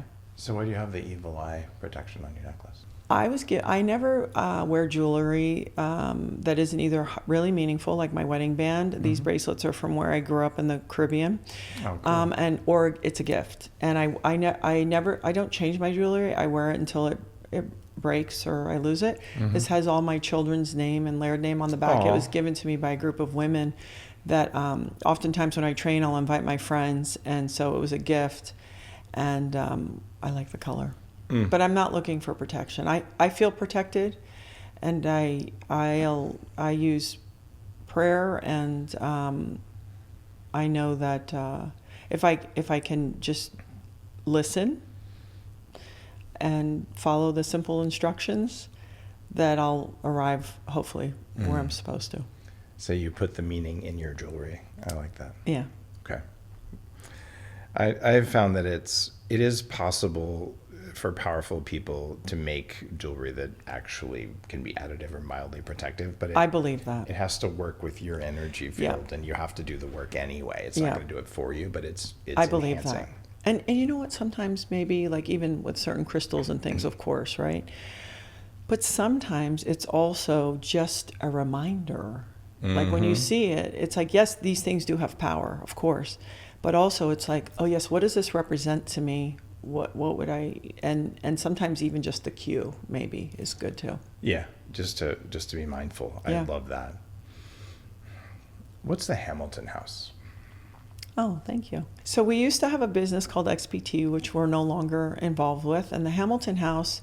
Well, it's a couple of things. It's first now taking kind of all the things that Laird and I kind of as we shake it out, more from a lifestyle component. So there is an online program. It's loaded. There's breathing, there's movement, there's lectures with people way smarter than us in certain things. But also there'll be 2 physical locations, one in Bend, Oregon at the Juniper Preserve. So if people stayed there or they live there, they would have access to a Hamilton House where you would, like, I don't know if you can see behind there, I have a 2-seater chamber.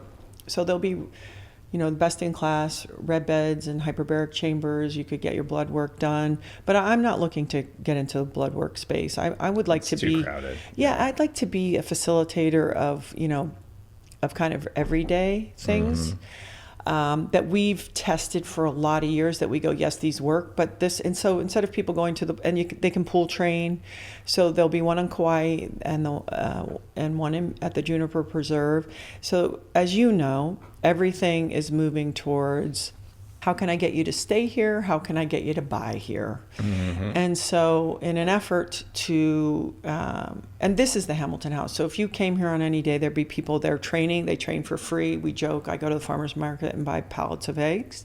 And the lady goes, why do you buy so many eggs? And I go, omelets for strangers. The idea is, the best place in my house is that counter. That's where we break bread. That's where I tell you how my day's going. That's where you share something. And so the Hamilton House really is meant to be a place that maybe even for a moment, if you're sitting in the sauna or the ice tub and all the million things, but that we just keep coming back together. And so it's a twofold aspect. So we can support you online, certainly, but then can we create these spaces that also feel welcoming, and that you can try all these modalities, but just really reminding people it's about connection. The value of community is becoming more more important. Yeah. The more AI we have, the more in-person experiences matter. Yes, that's it. Just getting together with people, and there's nothing like nourishing another person. It's an intimate act. Yeah, and it's sort of like your work, you know, trickles down into what we do. And I think Laird and I are just sort of understanding, like, we know our place in this universe because of who we are. He grew up on Kauai, I grew up in the Caribbean. It's also taking best in class, but I'll also keep peeling away as you go, if that makes sense. It absolutely makes sense. Is there something that you wish people would ask you that you've never been asked? I think oftentimes when I came through sport, it was like, I would then talk more about like relationships or life, and people would say, well, I didn't realize you felt that way. You felt that way. And I'm like, well, no, nobody ever asked. But, you know, I got to be honest. One thing I've learned is I'm never going to control what people are interested in about me. So I'm comfortable.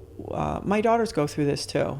People don't realize that you have a pretty strong point of view, or you're a thinking person, because if you look a certain way, if you've had a certain job.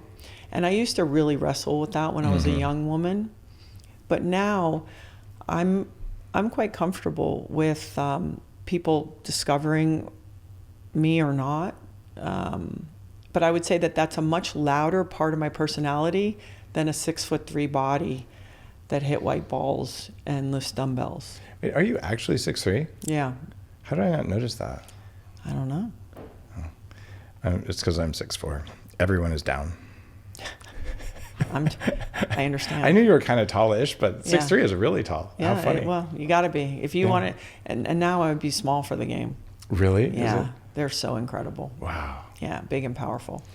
All right. I got to ask you a couple things. That was going to be my last question, but Okay. I'm going to be selfish on this one. So I have a tall daughter. Yeah. Right? Got my son. He's probably going to be like 6'6", 6'7". Poor guy. Never going to fly economy. But what's your advice for tall women? Well, the idea of like take up space, you actually look bigger when you hunch over. And so a lot of women... Oh, really? Well, think about it. You almost draw weird attention to you. Right. And, you know, the notion of like leading with your heart, and it's hard for young women to put their breasts out, you know, there's all these things. But you're not going to be smaller. My mother was very tall, 6'2", and she was actually, in this way, a very good example. She always stood straight. And I remember being a young woman, maybe 14 or 15, and I decided, okay, you're never going to be 5'8". So be the best you, be you all the way. And it took me a long time after that to really say, I'm going to take up space. And if you have a tall daughter, or there's something different about you, the minute you think it's fabulous, everyone around you goes, that is fabulous. When you think it's weird, and if you're in school with a bunch of mean young people, because that's what you do, they go, that's weird.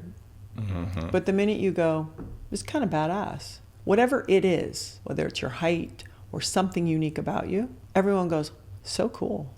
Just because you own it. Yeah. And that's what I know. And after that, you just got to be a good model as a parent. Yeah. You know, her mom, the aunties around, whoever. It's like, if we can model, you know, what do they say? Taught, not caught. It's like, caught, not taught. It's like, you saw my daughter. She's, probably. She's pretty tall, yeah. She's like 6'2". Okay. It's like, just be the thing. And they will. And they'll go through periods where they go, and that's, adolescence.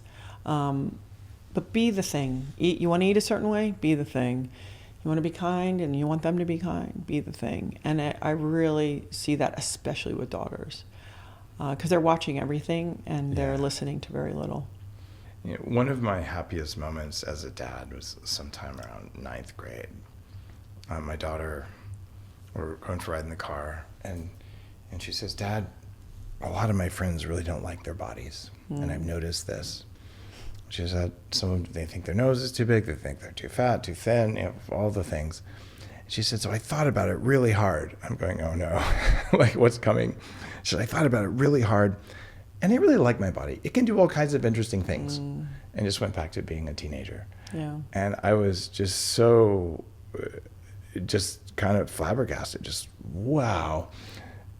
I did not have that kind of wisdom when I was a young fat kid, that's for sure. So I was really inspired by it, actually. Yeah. I think to be a young person who has any sense of self right now is extraordinary. And for all the young people listening to this, I think you should listen to Gabby. She knows a thing or two. I always say I don't know anything. I'll just share what I've seen. And that's the best I can do right now. There you go. Yeah. Thank you.